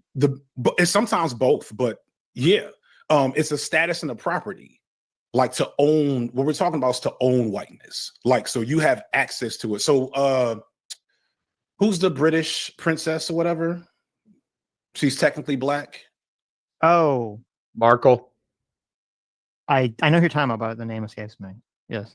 Right. Didn't they abdicate or whatever? They did something. I don't know this. Yeah. I don't know the deal with Pocahontas. Is that who you're talking? No. No. The current. So they're talking about Meghan Markle. She is darn near white passing. Or better, here's one that's pretty much white passing. Rashida Jones. Like most people don't know Rashida Jones is dad is Quincy Jones, the famous black musician. All right, we're gonna Google some of this stuff. And by the way, I actually do think it's fairly interesting. Can you guys see? You can only see the tab, not the video. So I'm gonna change the way that I'm sharing this. Present, share screen, entire screen, audio, share. Got it. Add to stage. Okay. So I actually think this is kind of interesting. This is why I'm not a casual racist. Sometimes casual racism is used as an insult. I'm actually like an advanced racist. Okay. And what I mean by that is I like understanding what I view as the racist philosophy of the Groypers and the dissident right and all that kind of stuff and the ethno-nats. I also like understanding the advanced racism of progressivism and whiteness and all that kind of stuff. And so what's interesting to me about what FD Signifier said, I have no idea whether or not it's true in academia, but I know that Japanese folk view themselves as, kind of like the ideal Asian, and they actually look down on other kinds of Asians. Like Asian versus Asian racism is actually fairly common. And so if we look at Asian people, or excuse me, Japanese people specifically, they are kind of culturally, not even culturally, but they're physically oftentimes tall, skinny, lighter skinned, all that kind of stuff. And so as a result, there's kind of this propensity towards like lightness, tallness, skinniness, right? This is a stereotype, of course. I'm sure there are darker skinned Japanese people. I'm sure there are people, Japanese people are effectively like Asians who escaped into the island versus people who were on the mainland. But if we took this and then we did a Chinese people, and then if we looked at Chinese people, there would be a moderate difference, okay? Where you as an outsider might look at Chinese people and Japanese people and have difficulty, discerning the difference, especially not living amongst Chinese people or Japanese people. But I think that we could see that Xi Jinping is a little bit darker than these folks, and that also even Jackie Chan is a little bit darker than these folks, right? And then if we go into Southeast Asia, like Vietnamese people,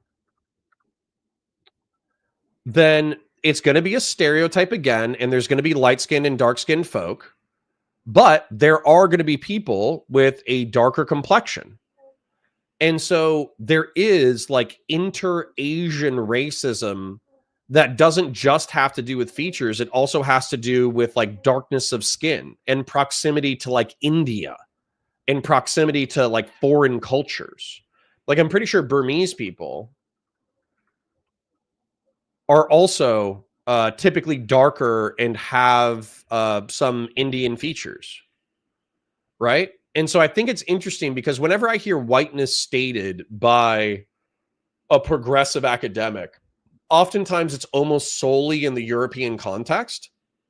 But it's true that not only is there Asian versus Asian racism, but there's whiteness where like Japanese supremacist people actually associate darker and broader features with some level of inferiority. So descriptively interesting, I would say. That whiteness could be just also like Asian racism, not just European racism. So like she doesn't get the full package, the full status. Oh, I'm also gonna pull up who did she say? So he said Meghan Markle, but there was also another person. Yeah. It's sometimes both, but yeah, it's a status and a property. Yes. Right. Didn't they abdicate or whatever? They did something. I don't know this. Yeah. I don't know the deal with Pocahontas. Is that who you're talking? No. No. The current. So she is darn near white passing. Or better, here's one that's is pretty much white passing. Rashida Jones. Most people don't know Rashida Jones is dad is Quincy Jones, the famous black musician. Okay. Rashida Jones, Parks and Rec. I had no idea. I had no idea that she had a black father. That's interesting. And then there's Quincy Jones. So Quincy Jones. Black musician. Okay. And then also he's talking about Meghan Markle. Meghan Markle might be a little bit darker, but she could just be like a white person with a tan, right? Like she has some darker features, but yeah, she is white passing in a lot of ways. All right. She doesn't get the full package, the full status, the full analysis of a white woman, but she operates within whiteness pretty significantly. To be clear, I'm just trying to understand, like, is whiteness just a term that you're saying refers to whatever the dominant caste system in any society is? That is one example of it. So that's how I would use it in India. Here, but it is intrinsically tied to the people who are of European descent. Mm-hmm. Right? Don't you think it's So, counterproductive to name it whiteness? well, what else would we call it? Lightness. And the dominant casteist group? I don't know, whatever you want to call it. I don't know. I The feel rich like, people, the powerful people, the elites. I mean, sure. You know, it seems easier to call it whiteness since like all those people you described are like predominantly white. And by not bringing out that concept, you kind of leave the important racial aspect on the, you know, off the table, right? Well, Like that's kind of important to name it. Like, so we're not just calling it whiteness, because in India, they don't have other, you know, ethnicities for the most part. I'm sure they have like some that I don't understand, but outside of India, those are just South Asian people. Here in America, the way that hierarchy manifests is explicitly along racial and ethnic lines. So you still call it whiteness because that's what it is. And the thing I've always challenged and I'm curious about, I'm learning. Like, I'm here partially because I'm still working on my own grounded theory, much like Adam was a second ago when he was quoting Nick Fuentes. I think he was quoting himself. I think he was just saying that Nick Fuentes would be friendly to the concept. And I wasn't actually quoting Nick Fuentes. I was just saying, evoking his spirit. I would say he would take to these stereotypes about black people pretty readily. I think you agree with that, though, right? You think Nick Fuentes is a racist, right? Yeah, but let me finish my point. FD needs to move his camera down so we're not staring at his forehead. Still also trying to make sense of whiteness as a concept from y'all's perspective. Because why do you think it's not important to like name it whiteness when whiteness is clearly, when the being perceived as white is clearly such an important factor? It's the same reason that Adam was invoking. Yeah, exactly. Like there is some, we could take a collection of antisocial traits that exist among criminals or, you know, lower income populations in America, and we could say, oh, we're going to call it blackness, right? And then if someone says, well, that sounds racist, I could say, well, listen, I mean, I'm not saying that all black people have these traits, but there's a disproportionate number of black people in that category, so therefore I'm assigning it the name blackness. To me, it doesn't seem like it would be, I mean, it seems super racist, and it doesn't seem like it really would be effective at communicating the idea except to people that want to promote racist stereotypes. I agree with Sitch here. So if you were taking an anthropological analysis, and by the way, I see that LB's in chat, so I know that I'm going to read some things that are going to trigger the shit out of me in a bit. But if you were going to take a analysis of like categorized behavior, like if you said stereotypes about like poor driving, good at math, likes rice, like all that kind of shit, then probably in your head, you're already evoking a racist stereotype of an Asian person. But what if there's like a Hispanic dude that's really good at math and he really likes rice and he's really bad at driving? You know what I'm saying? Like, obviously it's racist as shit because we're taking 3 or 4 behaviors, we're assigning it a racial category that's stereotypical, and then we're assigning it to a category of people. So you can say, oh, well, it's accurate, but then are you going to accept the inverse where we take like, you know, for instance, right now, the black community has, I forget if it's like 20 or 30, but if you were to isolate the black community in the United States for homicide, what is it? Black homicide rate US. Homicide rate US.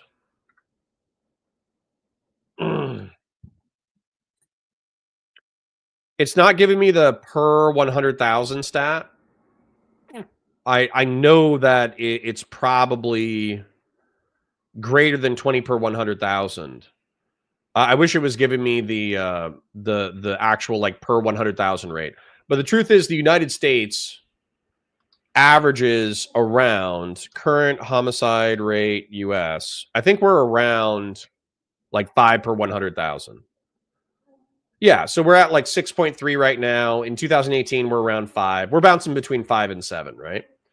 Well, here's a disproportionately black community, the District of Columbia. They're at 30. So that's 6 times the national average.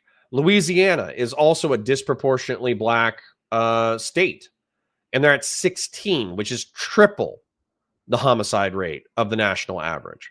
So the whole point is, like, if I was to anthropologically assign that to working class black folk, you'd be like, that's racist as fuck.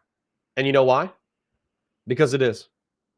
It is racist as fuck. Because 95% of the black community, 99% of the black community doesn't even participate in that behavior at all. But there is a sub element of the black community that's engaged in gang activity, and you can take every anthropological, historical analysis that you state, and I'll agree with you, by the way, for why it's happening, and I'll agree.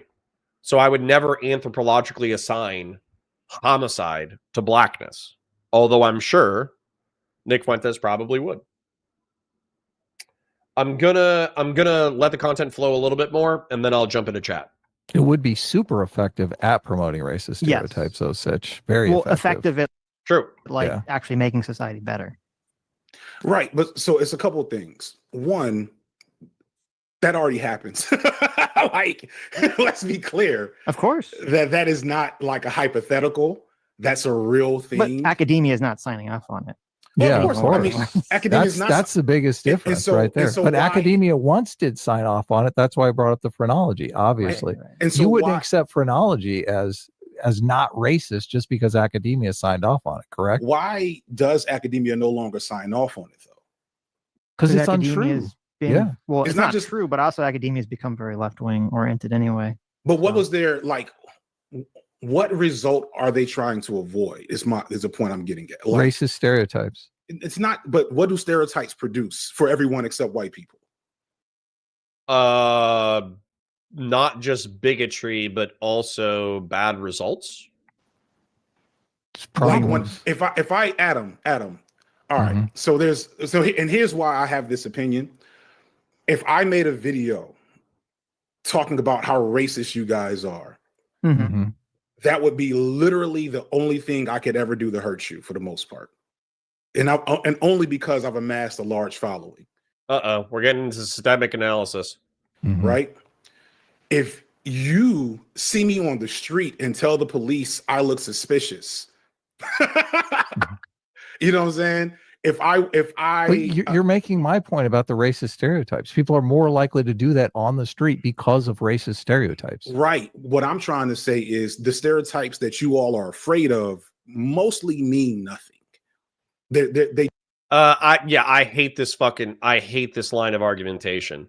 So if you, and by the way, you can see it on social media all the time, because this is where this like thinking is most pronounced, is when you associate whiteness. Let's say that you just want to observe the fact that historically there's been racial caste systems in Europe, in the United States, in Asia, that have typically denigrated and stereotyped darker complexioned people and vilified them. I think that's a perfectly fine analysis. I also think that you could probably make an analysis of, also when it comes to international beauty standards, because it's been dominated by Europeans, that means that like European beauty standards apply the most. And so we typically think of tall, skinny, thin nose, all that kind of stuff. We think of those things as beautiful, whereas I'm literally going to Google the words African beauty. So whereas thanks for the boob, this woman, despite having a lot of attractive features, she might not be viewed as beautiful in some contexts compared to white people, because we default to like white beauty standards. I'm perfectly fine accepting that as like stereotypically and culturally true. But what it does is it allows you to castigate all of white people as like supremacist sociopaths who are vampiric monsters preying on the downtrodden of the world. And so that's why, for an example, the BLM kidnapping, we brought this up the other day, in 2017, when a white autistic kid, or 2018 when a white autistic kid was kidnapped and beaten and basically had racial insults thrown at him for hours while he was being tortured. And that was treated like, whoops, you know, whereas I'm not kidding you, entire city, if that had happened to a black person and it was white people torturing a black person on film for hours at end, there would be entire cities on fire. Even if there was a just criminal justice outcome, there still would have been riots over that. So yeah, so this stereotyping just allows us to dismiss entire classes of people as sociopathic monsters and then do whatever we want to do with them because they're the bad guy based off of their classification. I'm going to engage with chat just because I parasocially love you and I don't want to ignore you. Quick shill time. Like the stream. Watch the VODs. Super chats if you got it. And also engage in chat. There's lots of funny, interesting people there. Sacred Snow says, as someone who has a very surface level knowledge on birthright citizenship, how does repealing it not open the door to denaturalization? It does. Afro Juice says, Connor, don't fall for the anchor baby rhetoric. Even assuming the worst, you more than most should understand that there's no perfect system. Yeah, no, I think birthright citizenship is better than the alternative. And if there's only 30,000 quote unquote anchor babies per year, that's such a minimally small population. I don't think I actually give a shit. I just wish I could catapult Hassan Piker into the sun. AKA Badasui says, in case you aren't aware, the first hour or more is just reaction to FD. Yeah, so we skipped ahead. Christian Blair says, reviewing the rookie might be algorithmically good. Haven't seen anyone react to it. Yeah. Yep. DD22E says, Connor, can you explain why Adam is brain dead? He's in California and he smokes too much marijuana. What's that? Okay. Can I have a tea refill? And can I have water, pretty please, with sugar on top? All right. I love you. Thank you. All right. Reading a few more, because again, I parasocially love you. Bo Dickerson says, I'm pretty sure FD was in their chat during the stream. Yes. And then he jumped in later. Scrolling. One guy time. Don't worry. LB's down there later. So we're definitely going to get one guy this stream. Dominic Gayeta says, some of the black conservative voices are a bit cringe and outdated. True. I find Thomas Sowell in particular, I might have just read it. Sowell is still held up as a luminary, even though he has been thoroughly discredited and debunked by economists and historians. I don't know to what degree he's been debunked, but he does say like some really wild shit and just expects it to be like received as profound. DD22E says, hey, Connor, California is getting its act together. They're finally repealing all the crazy NIMBY laws. Good. Hopefully Ezra Klein is a part of that movement. Sapien Green says, Connor, not saving people is not the same as killing people. I agree. But Sapien, what pisses me off about this line of thinking is that the money that we're saving is so minimal. It's so minimal. It projects soft power that is a complement to hard power that furthers American interest internationally.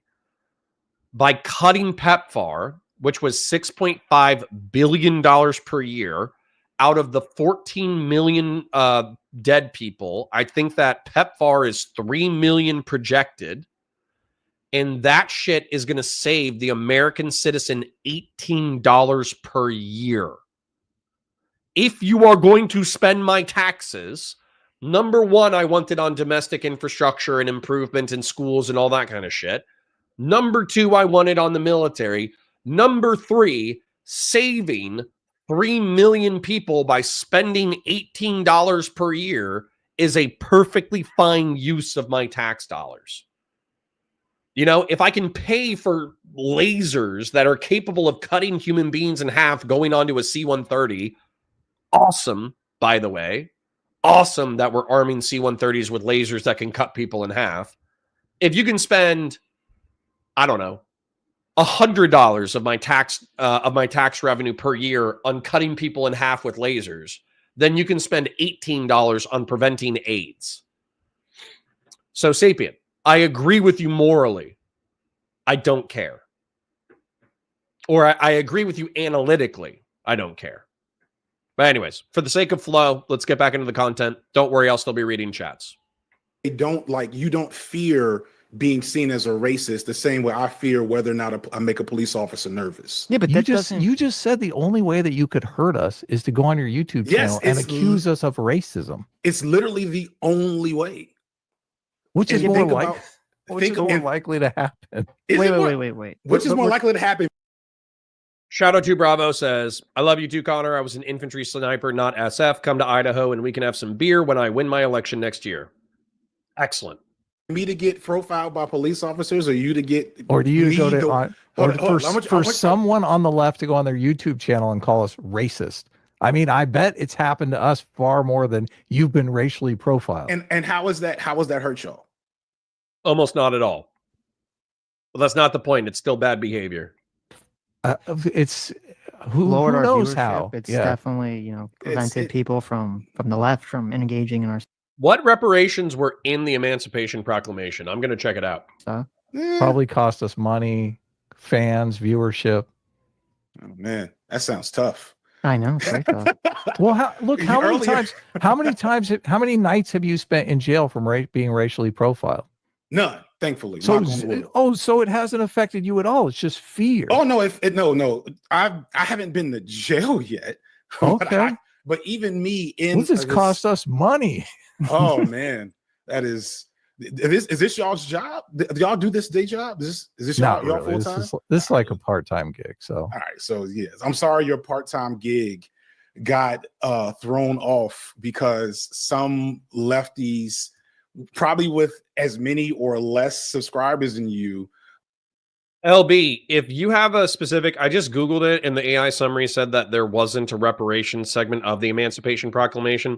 I've heard 40 acres and a mule, but I think that was William Tecumseh Sherman basically promising black folk territory that he ultimately wasn't able to deliver. So if you have a specific reparations statement besides that one, yeah, General Sherman's special order. So this is a general in a war ordering that effectively black folk get a certain amount of territory. But shit, how many acres do we have in the United States? How many acres in the United States? I'm sure it's gonna be a fuckload. 2.26 billion acres. How many black folk in the United States? 41 million. So 41 million times 40 acres. 41 million times 40 is 1,640,000,000. And how many acres was in the United States again? 2.26 billion. Yeah, I don't think we can afford to give you 3/4 of the land mass of the United States. So, sorry. That's probably not going to happen. Looked at this vaguely racist thumbnail of my friend Sean Spear and said, I don't know about those guys. Well, we usually cover people that are like you, with larger YouTubes than us, who are in fact racist. And I would qualify her as definitely racist. So I mean, you seem to have a low bar. But it seems like your whole argument is essentially, well, it's okay for me or for academia to kind of use something that seems pretty racist just because I don't think that racism against white people will manifest in society in some physical way. So it's okay. So no. So that's just me pointing out the kind of absurdity of us even talking about this like on an equal playing field. Well, it's not. And we can go into that, but I'm just saying that to me, that's a weak argument. Well, I don't think it's true. Yeah, that's not my argument though. My argument is not that. So it's funny. I talked with Young about this a couple of weeks ago, or maybe a month ago now. We had a similar conversation. It's not just that it doesn't affect you all, right? It's also that it's kind of an apples and oranges thing, and that's kind of the key issue is that when and this is one of the reasons why the concept of racism has been removed from, like, when we talk about, you know, air quotes, anti-white racism, most academics, critical race theorists, and people within sociological, psychological fields would say we're not really talking about racism, we're talking about bigotry, we're talking about prejudice. And that's because, yeah, this is one of the dumbest progressive arguments possible, is trying to differentiate bigotry away from racism. I understand that it comes from the ism part of it. What does the ism suffix mean? The suffix ism is used for nouns typically indicate a distinctive practice, system, belief, ideology, or condition. So I think what happened is racism through the 1990s and thousands meant a system of belief where you held one race to be, you know, superior to another, or you just held that races were different and correlated with stereotypes, right?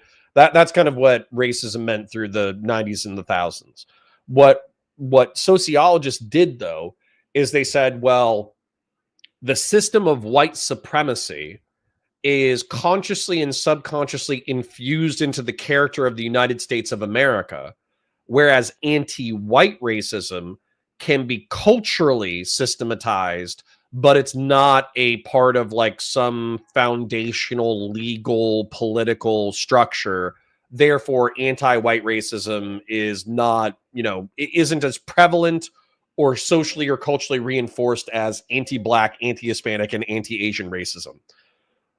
That's where the sociological analysis comes from. But I actually think it's wildly stupid, because I have met black folk who were in the hood or whatever, who held wildly prejudicial, wildly bigoted views, not just against white people, but also against Hispanics, also against other blacks from different cultures. Dude, foundational Black American racism against Caribbean blacks is fucking crazy. The amount that FBAs, which I'm just using that because it's in chat right now, which is funny.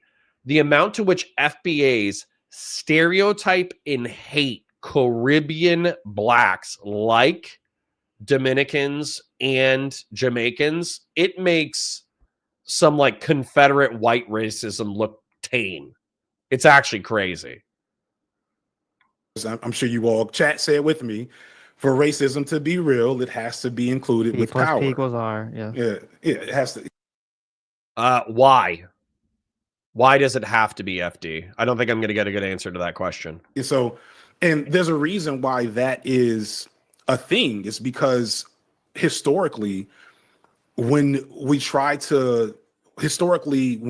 people try to have conversations about race and put, you know, whiteness on the same playing field as everyone else in a country where white people have the majority of power, it ends up not actually producing anything of significant for non-white people.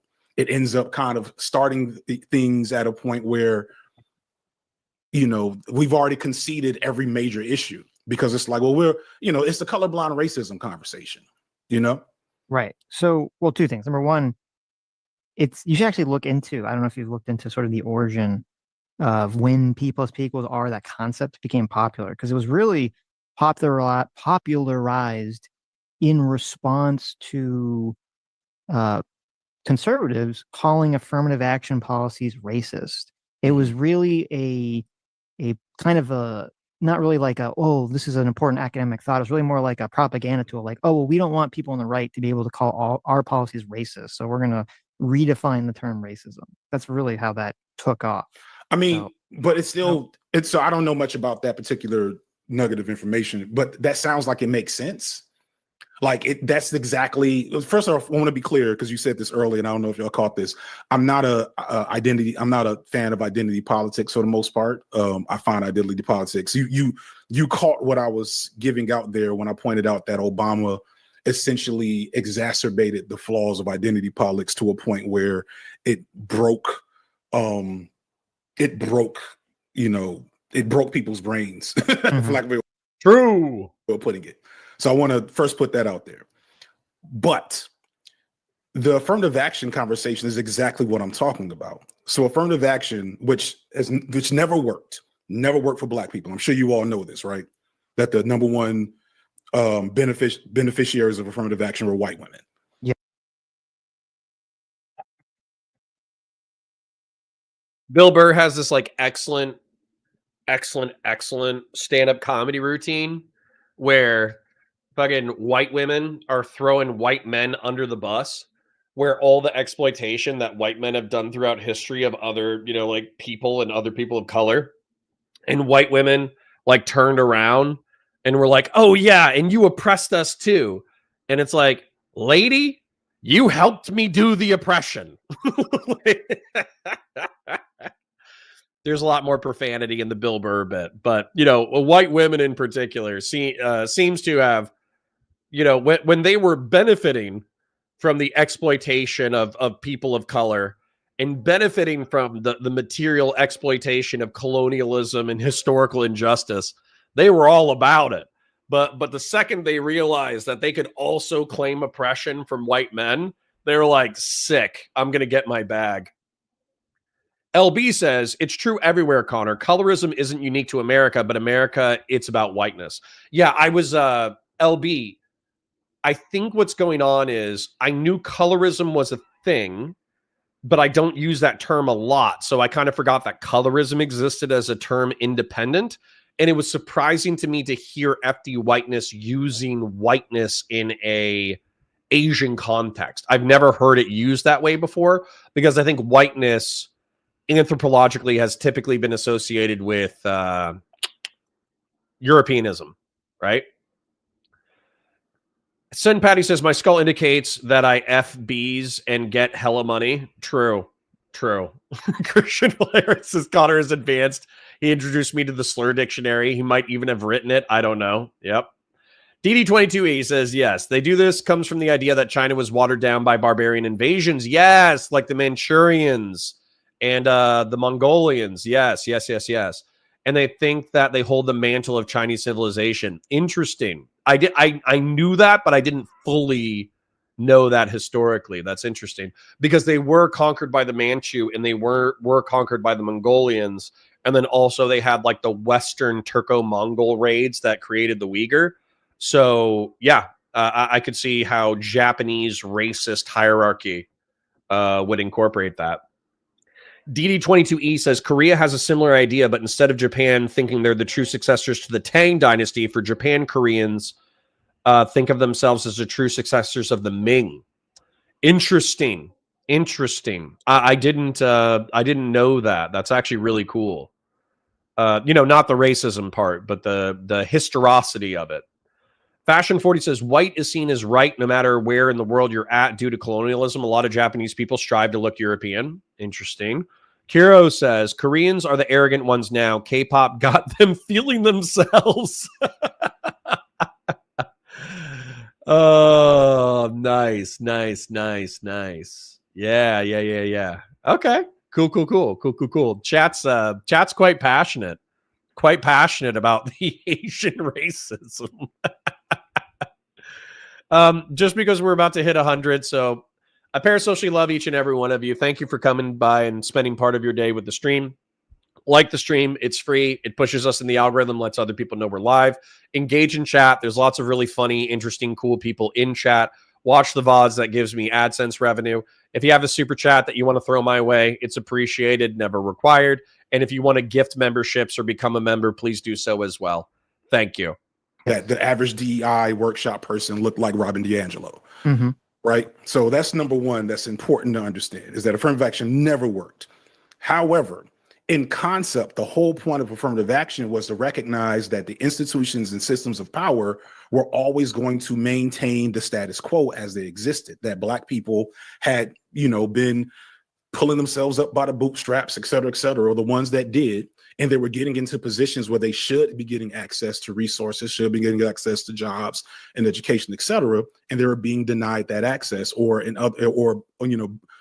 facing barriers in other ways. And so the whole point of affirmative action was to say, hey, why don't we create a system where these folks who have proved themselves, worthy or whatever, can get access. And the response to that was reverse racism, because they're operating off the idea that the way things are inherently were normal and fair, and that there was no reason to correct them based on past historical prejudices, discrimination, et cetera, et cetera. I don't think that was the argument. The argument was that, in the 60s, this idea of like, don't judge people by their skin color was basically the prominent idea that was foisted by the left onto, some people who are racist, especially people who are racist on the right. And then they're like, oh, but with affirmative action, you're using skin color as the criteria, so therefore you're being a hypocrite. That was the way people were arguing. But the point of it was still. I understand what you're saying. I'm just saying that was their argument. It was. Hold on for a second. Stay there. What's up? Oh, no, I'm fine. Thank you. Close the door. So yeah, it's apples and oranges in terms of like the semantics of the argument. It's still. Well, I don't think it's semantic. It's people. If people are going to believe something, they want to feel like that there's some sort of even set of rules that everyone's following. They don't want to believe that there's, different criteria to set. And this is part of the argument against treating Black people and other people like second-class citizens, was to say it's unfair that there's different criteria for different people. But there's not, and we all know this. So yeah, they could have been honest about it and said, look, the racist white systems of this country will never allow Black people to get a fair shot in education, corporate America, whatever. So we're going to purposefully change the frameworks to allow more access to these Black people. They could have said that. Would that have passed? Would that have gotten any type of support from even the left at the time? No, they went with this identity politics based, soft language for a reason, because they knew that was the only way they could get it to get across. And what that does, as I kind of am arguing, is it leaves open these types of arguments. It leaves these arguments open to say, well, this just sounds like discrimination, and isn't discrimination bad? And it's like, yeah, discrimination is bad until I do it. Yeah, but it's until it serves a purpose. It kind of leads into what we were talking about with the. Wait, is he saying that's good or bad? Because I genuinely can't tell. But anyways, I'm gonna read chat real quick because Joey Saturday. I've been waiting for the race baiters to one guy me. I've been waiting all stream. So there are racists in your chat that hate all white people. Why are not calling them out for their hatred for the whites? Can the people who hate all of white people identify themselves in chat, please? Because I'm actually unaware. I think that LB is the closest to like a progressive independent, and I don't think she hates all white people. She probably just has stereotypes about white people's conduct that can be off-putting to white people. I don't think I have anybody in chat who specifically hates all whites. But if you do, go ahead and identify yourself. They're probably a self-hating white, by the way. It's probably not even a Black person or an Asian person. And what I would say is, I don't care if somebody is bigoted in a funny way. Like if you just believe some random stereotypes about Hispanics and then you're like proven right sometimes in funny ways, I don't care. Same thing for Asians, same things for whites, same things for Blacks. I don't care if you have like some subconsciously rooted stereotypes that get validated by reality and then you laugh at it. That's fine. What I care about is if you actually hate people for their exterior experience or sexual orientation or gender presentation before you get to know the person. So as an example, if I see a trans person who's obviously trans, binary, and then I get to know them and, I could be off-put, maybe they're gender non-conforming, like, kind of throws me off kilter. But then I get to know them because let's say they're like a waitress or a waiter at a restaurant, right? And then I get to know them and they're a perfectly nice, decent human being with hobbies and ambitions and goals and all that kind of stuff. Then I shouldn't allow me being off-put by their gender presentation to preclude me from having a friendship with that person or being nice to that person in public, right? Same thing with Black folk, Hispanics folk, whatever. If I see a stereotypically Mexican guy who looks like he's working the fields, working in construction, whatever, and then I don't hold the door for him when we're both going into the gas station because he's Hispanic and I want to fuck him over because I don't like Hispanic people for whatever reason, I would view that kind of behavior as antisocial, psychotic bullshit, right? So for me, it's not whether or not you're like a little racist in a funny way. It's if you actually allow that racism and bigotry to manifest in truly hateful behavior. That's what I care about infinitely more. Marfin42 says, only in America are white people considered a single group. Yeah, sure. But that's because we're Mediterranean and Northern Europeans who all moved here over the past 200 to 300 years. And the truth is, if we identified by ethnicity, then it would be so complicated that like nobody would be able to get anything done, because we'd just be talking about whether or not the Germans could work with the Italians, who could work with the Irish, who could work with the Anglos. Like we just don't have time for that shit. We have enough time to be mildly racist. We do not have enough time to be ethnically bigoted. There's just not enough hours in the day. The whiteness thing and how this would manifest. Because even if I were to argue or to believe, which I don't, I'm just going to do this hypothetically, even if I were to believe that all the anti-white racism in the world would have zero impact whatsoever on, you know, creating some kind of system in America where white people are discriminated against. Even if I were to accept that, it's still.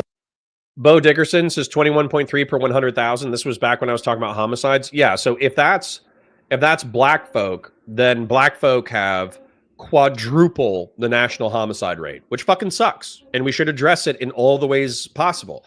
And regardless of whether or not you're like a race realist who thinks that black people have like some warrior gene or some bullshit, it's pretty clear that good nutrition early in life, early childhood education like daycare, good school systems for people to go through, and access to good jobs is a way to get people on the straight and narrow where they live good lives. Whereas if you make sure that people, working class folk, don't have access to good food when they're young, you make sure that they're not socialized at an early age. And I am talking about like 2 or 3. I'm talking about like very young, getting people into daycare. Not because I think daycare is good. I think that most people are better off being with their family, but they should have the access for daycare for socialization, and then good schools, and then good job opportunities. You are going to reduce homicide, and you are going to reduce violence, and you are going to reduce crime over time if you create a system that gives people that kind of good kickstart to life. It seems to me fairly obvious that conservative liberalism says my state has 3.5 per 100K. Yeah, what you live in Maine or Vermont? You live in some New England 95% white place that's cold half of the year. All of the what we call woke shit and all the identity politics and all the anti-white racism that's been kind of mainstreamed or mainlined in the country for the last 8 years is directly leading to the Groyper movement and sort of this rebound effect by the white nationalist. So it seems it's completely against the self-interest of anti-racists to be promoting this stuff. I disagree with that. But before I get into that, I just need to understand, are you afraid of anti-white racism? Yeah, I am. And FD, it's not because I think that systemically it's going to happen anytime soon, but in another generation or two, I don't want anti-white racism to be so culturally accepted that my son goes to school and people just say fucked up anti-white racist shit to him and he's just supposed to take it. You know what I'm saying? Like, I'm going to raise my kids to fight, basically. So yeah. And then also, when it comes to anti-white racism, I'm just going to show you BLM kidnapping. It might be statistically rare, but it happens. In 2016, 2017, an autistic 18-year-old mentally disabled male was dropped off at McDonald's to go hang out with a friend, and that friend kidnapped him along with a half a dozen other black youths, and they beat him up and said, fuck white people, fuck Trump. They cut off parts of his hair with a fucking pocket knife. They beat the shit out of him. I think they waterboarded his ass. They did all sorts of crazy shit to him. And it was rooted in anti-white racism. So you can say it's statistically rare, but I don't want to live in a world where you see this and then you come up with like some socio-political analysis for why these kids should receive a reduced sentence. No, if you commit a crime like this, it should be viewed as particularly heinous, and the justice system should smack you in the face with the book. So no, I while statistically rare, I do not want anti-white racism to take root culturally, and I don't want it to be used to like excuse particularly horrific crimes. So yeah, FD Signifier. Out of all the things that I'm scared of, sharks, venomous spiders, venomous snakes, alligators, dying in a plane crash, dying in general, skinwalkers. There's like a dozen things, real and unreal, that I am more scared of than anti-white racism. But yes, I don't like anti-white racism and do not want it to become a part of my culture. 100%. Yes. You personally are afraid of that. And no way. This sentence is crazy. Sorry. Sen Patty says, meth is our culture. Tweakers are our belly dancers. Meth pipes are our artifacts. And that's based on what? It's based on that. I think there's two outcomes. I think the outcome is we could continue down a pathway where America basically devolves into some sort of weird socialist style identity politics country, which I think would end if. See, this is why I wanted to stream today. I'm barely paying attention to the video because Sid Patty says, we are a proud people. Give us your copper wire and I will give you a man who can stay awake for 72 hours. Oh, that's awesome. If we did continue down socialism pathway, shouldn't have much to do with identity politics, but that's, you know, well, no, we current, failed. well, I mean, CRT is rooted in a socialist framework. Yeah, I get what you're saying. So I shouldn't even. Sorry. I keep interrupting because chat keeps saying cool things. Once again, proving that CGG is the superior chat compared to all other chats. Everyone in this chat is well endowed. If they're a female in their testicles, if they're men in their testicles, and then they have 3,000 IQ and they're going to be wildly successful at life, effectively becoming a CGGer. It's like Mensa. You know, it just means that you're destined for success. Sacred Snow says, even if FD doesn't believe white racism has personal effects, he should be concerned with the effects on society. Young white men voted Trump because they feel like everyone hates them and it's actively destroying one of the greatest countries in the history of man. Even if it's not true, that narrativization has taken such deep root, and FD Signifier and his line of thinking reinforces it. Saying that academia endorses anti-white stereotypes is horrible, and it will give middle class and working class and rich white folk a victim complex that then allows them to lash out at their fellow citizens. You can say that, well, they already do bad shit anyways, and they already are sociopathic and unsympathetic to the plight of working class and lower class blacks and Hispanics and Asians. You can say that. It'll get much, much, much worse if you play into racial tribalism. 100%. Bother getting into that. Right. Go ahead. But you know what I mean when I say I know what you mean. Yes. Right. I think it's very possible that the country, if it were to continue on that pathway unchecked, I think it would devolve into some sort of weird far left country where it would devolve into a civil war and things would break apart. That's one direction. Or the other direction is it has the pendulum swing back, and the white ethno-nationalists gain a lot more prominence, and here we go again. So my question was more about you, Sitch. Like, Sitch, when you leave your house tomorrow morning to go do a thing, Stitch doesn't leave the fucking house. Here's a call out clip. Sometimes a Sitch and Adam viewer, if I talk shit about Adam at all, they'll fucking clip this out. Here's a fucking clip for you. I've been down to Miami 3 or 4 times in the past 5 years. I've invited Sitch in order to get lunch twice. That motherfucker doesn't leave the house. How about that shit? How about them fucking apples? Invite you to a fucking social engagement, and you're like, nah, I'm going to hang out in my apartment. Good job, Sitch, you smart ass. Are you afraid of anti-white racism? Are you afraid of white racial stereotypes? And Right. Not really, but I'm afraid of. I'm not too afraid of crime. It's really not too bad where I'm at, but there are areas of town. For instance, it's not as bad as it used to be, but there's an area of town called Eatonville, which is in Central Florida. And it's a historically black neighborhood. It was actually one of the first cities established by black folk for black folk.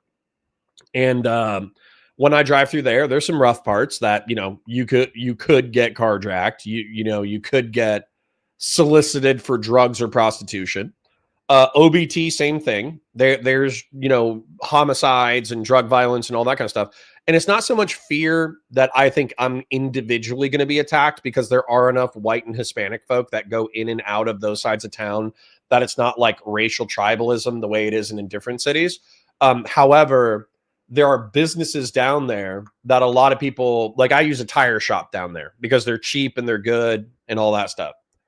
And, it's not so much fear that it's statistically likely to happen, but I just know because there are sometimes running gunfights on that side of town that somebody could catch around. Now, it's probably not going to be me, and I stay in my car and I stay in the business so I don't catch around, but probably within 2 or 3 blocks from there, on an average day, there's going to be a homicide. So you could catch a stray bullet, hypothetically, in that part of town. So it's not that somebody's going to target me specifically and hit me because I'm white. I could be targeted since I look a little bit better off than some people who frequent that side of town. But yeah, random crime from black folk or Hispanic folk in the rough sides of town. Yeah, it's a mild concern. I live now. I don't. All right. There's no place in this country. That's not true. What do you mean? There's no place in this country where I can live. Not you. Mm-hmm. You might, if you move to some neighborhoods. FD Signifier could actually just move to the nice upper class side of town, especially if he's rich and has money, and nobody would give 2 shits that he was black. Maybe lived in once upon a time. Right. And you could, if you want to be a rapper and you weren't as good looking as, I don't know, what's the guy's name? Jack Harlow, then maybe you might encounter some discrimination at some point if you weren't the right type of white rapper. But there's pretty much no environment where I have your situation.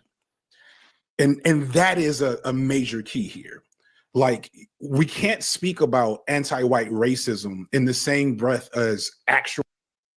TL1524 says, Connor, I'd be curious to see your take on the Live and Learn crew bullying Wick and his co-host, grilling her and shaming her about voting for Trump without any solutions to bring her back over. Yeah, that sounds like good content. That does sound like good content. Let me... Lib and Learn bully Wick / co-host. That sounds like fire to me. Racism. If you're talking about, I don't want people to think I'm a Nazi at the grocery store, and I get nervous when I see the police. You know what I'm saying? Well, yeah. First of all, if I was as white walking around in some non-white areas, yes, I could very easily be discriminated against 100%. And yes. I've heard there's lots of white people who grew up in non-white areas, who went to non-white schools, who were viciously I will give bullied. you that definitely does happen. There's a lot of bullying that happens to white people when they enter all black spaces. There's also other things that happen. It's a weird actual synergy about tokenization, but the results of it are different. But yes, that is true. But that's also like, one, that's pretty rare. 2, there's no impetus. There's no incentive other than wanting to be, again, a white rapper or like a hip hop dancer or whatever. There's no incentive for the average white person to pursue being in an all black space. Right. Whereas. Yeah, it's actually quite rare for white folk to want to be in an all black space. That's true. Sacred Snow says, what an R-slur take from Adam. If you haven't been personally gone to jail, fear of racial profiling isn't an issue. Sacred Snow, at the risk of steelmanning Adam, I don't think that would be his point. I know I hate Adam, but I feel the need to defend him with this. You can infer that that's his point, but I feel like that's an uncharitable read. I think he and I, maybe because we're racist, I don't know, but there seems to be, I have like a black friend. His name is Alex. Okay. We grew up together. He grew up on the wrong side of the tracks. He would come over to my house during the summers and we would hang out and play video games and go screw around in town and all that jazz. So we had a good time. We're still friends. There were times when he would interact with law enforcement and he would presume that it was unjust and it was just because of his skin color, when the situation was actually pretty intense. And I'm not saying this to be insulting to Alex in case he ever accidentally watches this. However, as an example, they were downtown at a club on the rough side of town, and there was a shooting. And so the victims are actually shot, and they pull up 2 blocks and pull to the right. Well, Alex and his brothers, it might have been brothers plural, but brother, pulls up behind the shooting victims and actually tried to flag down law enforcement in order to get them over to the shooting victims. And so the cops get a call. They're not within eyesight, so they don't see them. They get the call, they show up, and they pull out with guns out and basically detain everyone around the shooting victims. And he thought that was like, specifically because he was black, he was being mistreated by law enforcement. And what I told him is like, no, you're involved in a potential homicide. There are people, there's somebody 10 feet away who might die in the next 5 minutes, and the cops have no idea who the perpetrators and who the victims are. So they're going to search everybody, detain everybody, and then interview everybody so they can find out what happened. And he just presumed, in my opinion, he might deny this, but the way that he was framing the actions of law enforcement was that it was totally unreasonable for them to be detained and for them to be handcuffed and searched. And the only reason why law enforcement did that was because they were black. And no, like, in my opinion, that's the kind of like victim framing where you wake up and you presume the system just hates you because of your skin color. Whereas if that happened with white folk and I was the law enforcement officer, I'm 100% doing the same shit. If I show up to a scene and there's half a dozen people and they're all screaming and crying and yelling and there's blood on the ground and all this bullshit, then yeah, I'm going to stop everyone. I'm going to pat them down for weapons. I'm going to interview everyone. And if everybody's a little bit jumpy, then they're going into handcuffs until we figure out what's going down. Anyways, that's the steel man. Is just because you're black in America doesn't mean that every law enforcement officer hates you and is going to treat you poorly because you're black. It's just not true. If I want access, sometimes the perceived mistreatment is not actual racial mistreatment. It's just the way that cops do things. Access to better amenities, better grocery stores, better this, that, and the third, I need to find the most comfortable white space. That is the best way for me to do that. So again, it's like comparing these two on the same playing field. It just doesn't work. It's not a question of comparing these things on the same playing field. I think obviously racism against black people is historically, especially if we include that, is obviously far outweighed racism against white people in America. It's not a question of that. It's a question of, if we actually want things to get better in the future, what do you have to do to materialize that future? And to me, it seems very obvious that. So hold on. Conservative liberalism says, Google how many acres Bill Gates owns. He owns 275,000 acres. That's actually surprisingly small. The Dutton Ranch from the TV show Yellowstone is actually modeled after a real property. Actually, a couple of real properties. There's one in Idaho that's similar to the Dutton Ranch, and there's also one in Texas that's similar to the Dutton Ranch. And it's estimated based off of the shows like canon and lore that the property is 775 or is like 750,000 acres. And so Bill Gates, the actual billionaire who's one of the richest people on the planet, only owns 275,000 acres. He's not as land rich as a fictional TV show character. There's also the private cattle ranch in Texas with its own police force. King Ranch. How many acres is King Ranch? 825,000 acres. So the actual King Ranch, which is a privately owned cattle farm with its own law enforcement, is 800,000 acres. So Bill Gates, I'm calling Bill Gates a wussy. That's kind of the sort of heavy focus on identity politics and the sort of casting white people as racist. And then when they complain about it, saying, well, you don't get to complain about it because you don't get to experience it the way the black people do. All to me is doing is it's just going to make it so much harder to have a future where things are better and people aren't actually racist. So, okay, hey, let's meet halfway here, right? Look at this. This is amazing. I'm getting goosebumps. Making progress.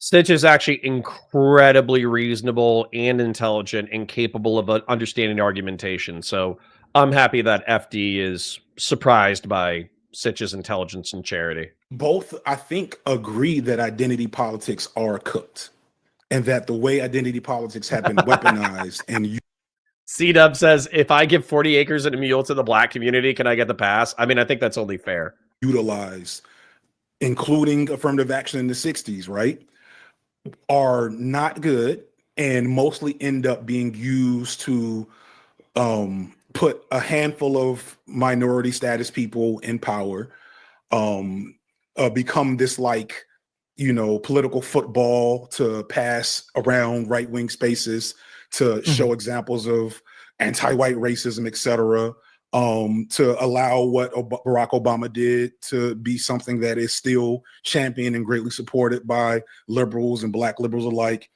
So there's a lot of problems with identity politics and the way that people have, like the thing I was about to start a tangent on with you that was a mistake in the moment just because it was derailing the conversation, is that one of the big problems of the left, air quotes left, online, is that it is too identity politics based to the point where people are mistaking actual leftist theory and ideology for minority representation and gender representation, et cetera.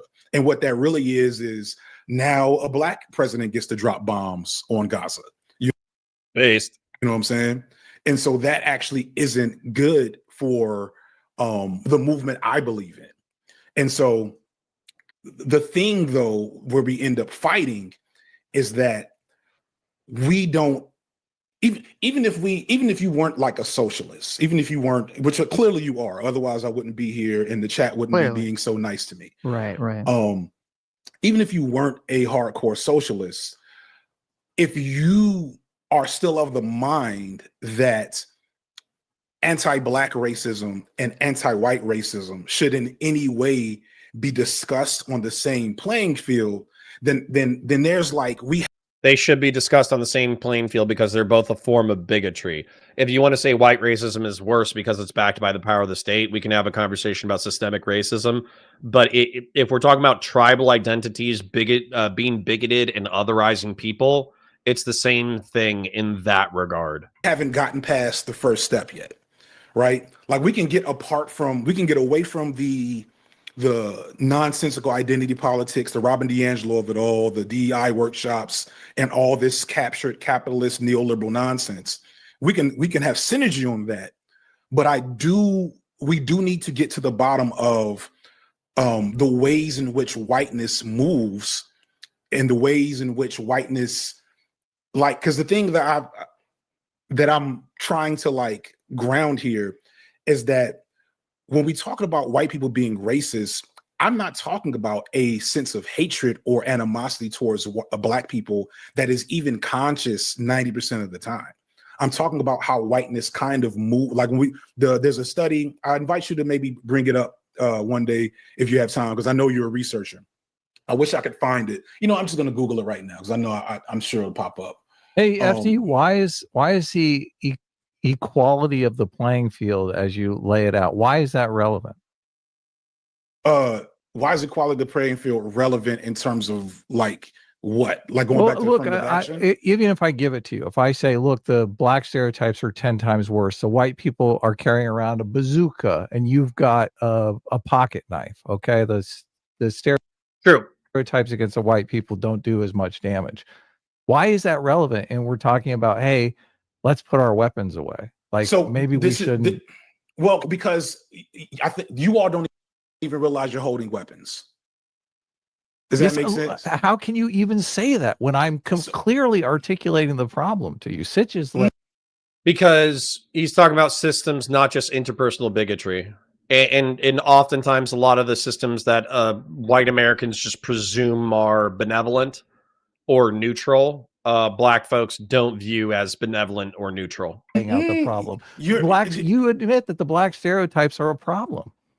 Yeah, so I'm going to go ahead and steelman this, and I'm actually going to go full screen real quick. And the reason why I'm going full screen is actually kind of sneaky, and I feel bad about it. But don't worry, I still love you, even though I'm about to hurt your feelings. I still love you. Okay. So I view law enforcement neutrally. I actually think law enforcement is absolutely a necessary evil. There are members of the black community who actually view law enforcement as a net negative because they believe that law enforcement doesn't really serve its purpose of separating criminals from the average working class folk. And so as a result, they're effectively there to harass working class people. They're not, it's not even there for law enforcement or physical security or any of that kind of shit. It's more about like getting ticket quotas against working class people that you're trying to keep financially disempowered. So we disagree on that. And then same thing with like the military. 20% of the United States military is black and the disproportionately male. So that means that 6% of the United States population serves as 20% of the United States military. And while a lot of members of the military would say, well, this is an important stepping stone in order to get into the middle class because a working class person can join the military, get the GI Bill, get college educated, get, VA-backed loans and all that kind of stuff, and then be in the middle class. A lot of black folk would say, well, this is just weaponizing the disadvantageous socioeconomics of the black community in order to impress them into military service so that they can fight the white man's international wars. A lot of black, like I've heard that verbatim from some black civilians. And also I heard that from black military members who said that that's what their family told them. So the whole point of racism from an FD signifier perspective is that that's the way that it's used. Is that we view these white folk like me, view the military and law enforcement as either neutral or benevolent institutions, whereas a lot of black folks' experience with law enforcement and the military is actually quite negative. So anyways, absolute difference in perspective. I actually do want to watch that more, but I have news that I need to share with you. I'm going into a meeting in the next 10 minutes in order to discuss, actually, let me wrap that segment up. FD is smarter and more charitable than I thought he would give it credit for. I ideologically disagree with him on a substantive amount of points, but I actually like the fact that he's able to talk about them in an intelligent way with both PF Young and Sitch and Adam. I'm probably going to find more Sitch and Adam content that I can like hate on and criticize or whatever, because I think it's fun. I think Sitch is smart. I think Adam's dumb, but I agree with Adam a healthy chunk of the time. And so it could be fun to find those disagreements that I can spurg out on. End of segment. Let me talk to you about what I'm about to do. Number one, shill, like the stream, engage in chat, watch the VODs, super chats if you got them, and what's the other thing? Memberships if you got them.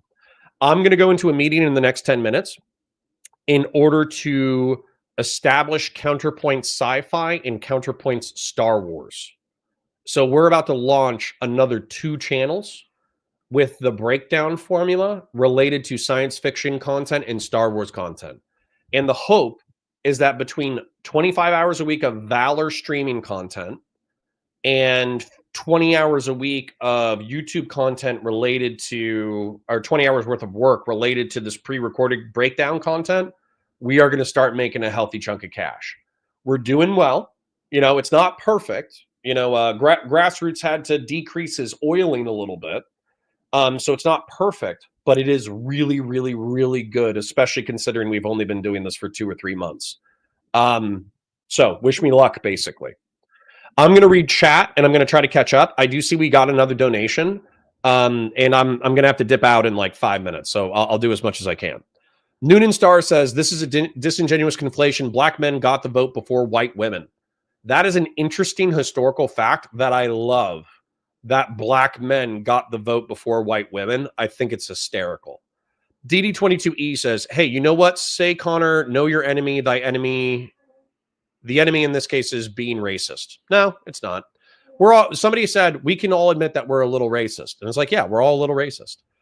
Afro J says, K-pop most definitely put Korea on the map, so to speak. Yeah, culturally, I would say so. Mr. Hater says, let's give all the black people their money they want and a free trip back to Africa so they can complain to themselves why Wakanda is still a fantasy.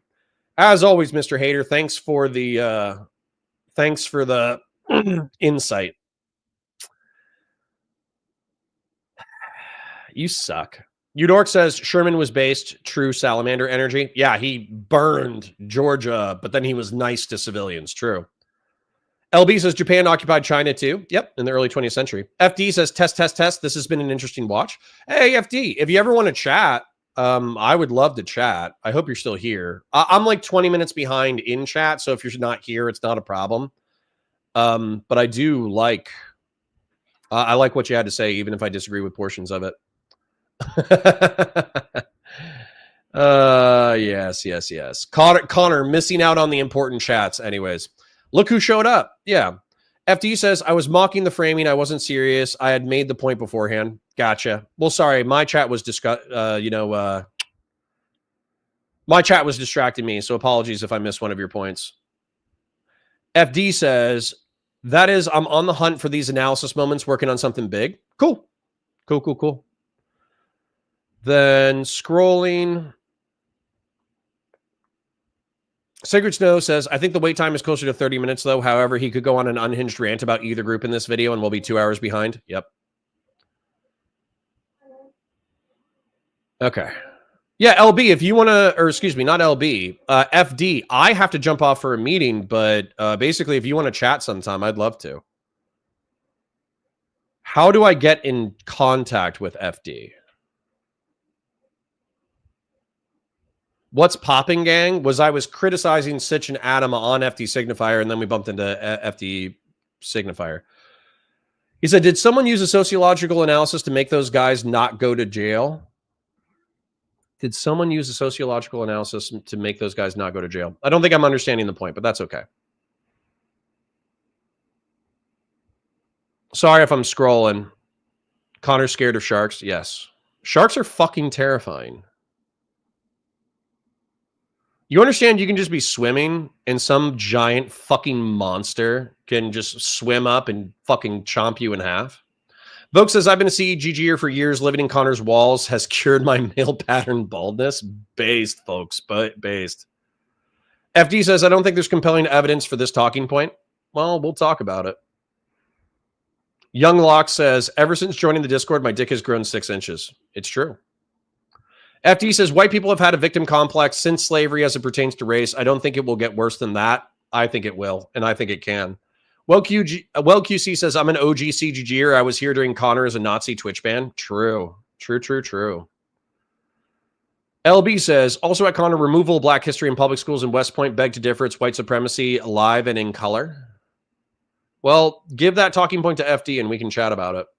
Sacred Snow says, FD Signifier, elaborate. Maybe I'm terminally online, but anecdotally, I see that exact justification for voting Trump all the time, both online and in my personal life. I also see the hate as a younger white man, but can understand the underlying cause of it and that Trump is an unmitigated disaster. Yeah. Sorry, I'm gonna disagree with both LB and FD and say that, sorry, the white victim complex stabilized in the 90s and thousands and it has since regressed. Obviously, 80s, 60s, 70s, 80s racism is infinitely more potent, in my opinion, than like 90s and thousands racism. But I'm also not black, so, you know. AKA Batasui says, Sitch has a serious girlfriend now, so he's still antisocial, but he's moving up the model citizen ladder. Based. FD says, but this has nothing to do with anti-whiteness, though. This is, again, apples and oranges. We'll talk about it. We'll talk about it. I think I'm just going to get triggered by FD instead of actually having a conversation with the chat. So rather than doing turn-based debates, why don't we just do it later? Like, why don't we just talk instead of doing turn-based debates in chat? Young Locke says Hillary Clinton is largely to blame for this cringe. Interesting. All right. I'm going to scroll to the bottom and catch up with current chat. Send him a DM on X. I will. Yeah, we will. Okay. So I need to go to my meeting. On what platform are we chatting? I need to go to my meeting, but I'm going to be back in 2 hours, 3 hours in order to catch up with PF Young. I will hit up FD Signifier. That way, instead of doing turn-based debating in chat, we can just do a conversation if he's down for the conversation. I'm not going to bully him, but if he wants to talk, I want to talk. Young Locke says she's responsible for the infectious cringe of idpol. Maybe. All right. Okay, so I'll be back at 2 p.m. to talk to PF Young. I'm going to DM FD Signifier, and I'm going to see if we can schedule a chat. Ensort for $5. Thank you kindly. Young Locke for your donation. Thank you kindly. I hate to have a short stream and also be plagued with tech issues, but I got to run. So I parasocially love you guys. Have a great day. Go enjoy your other favorite streamers. Bye.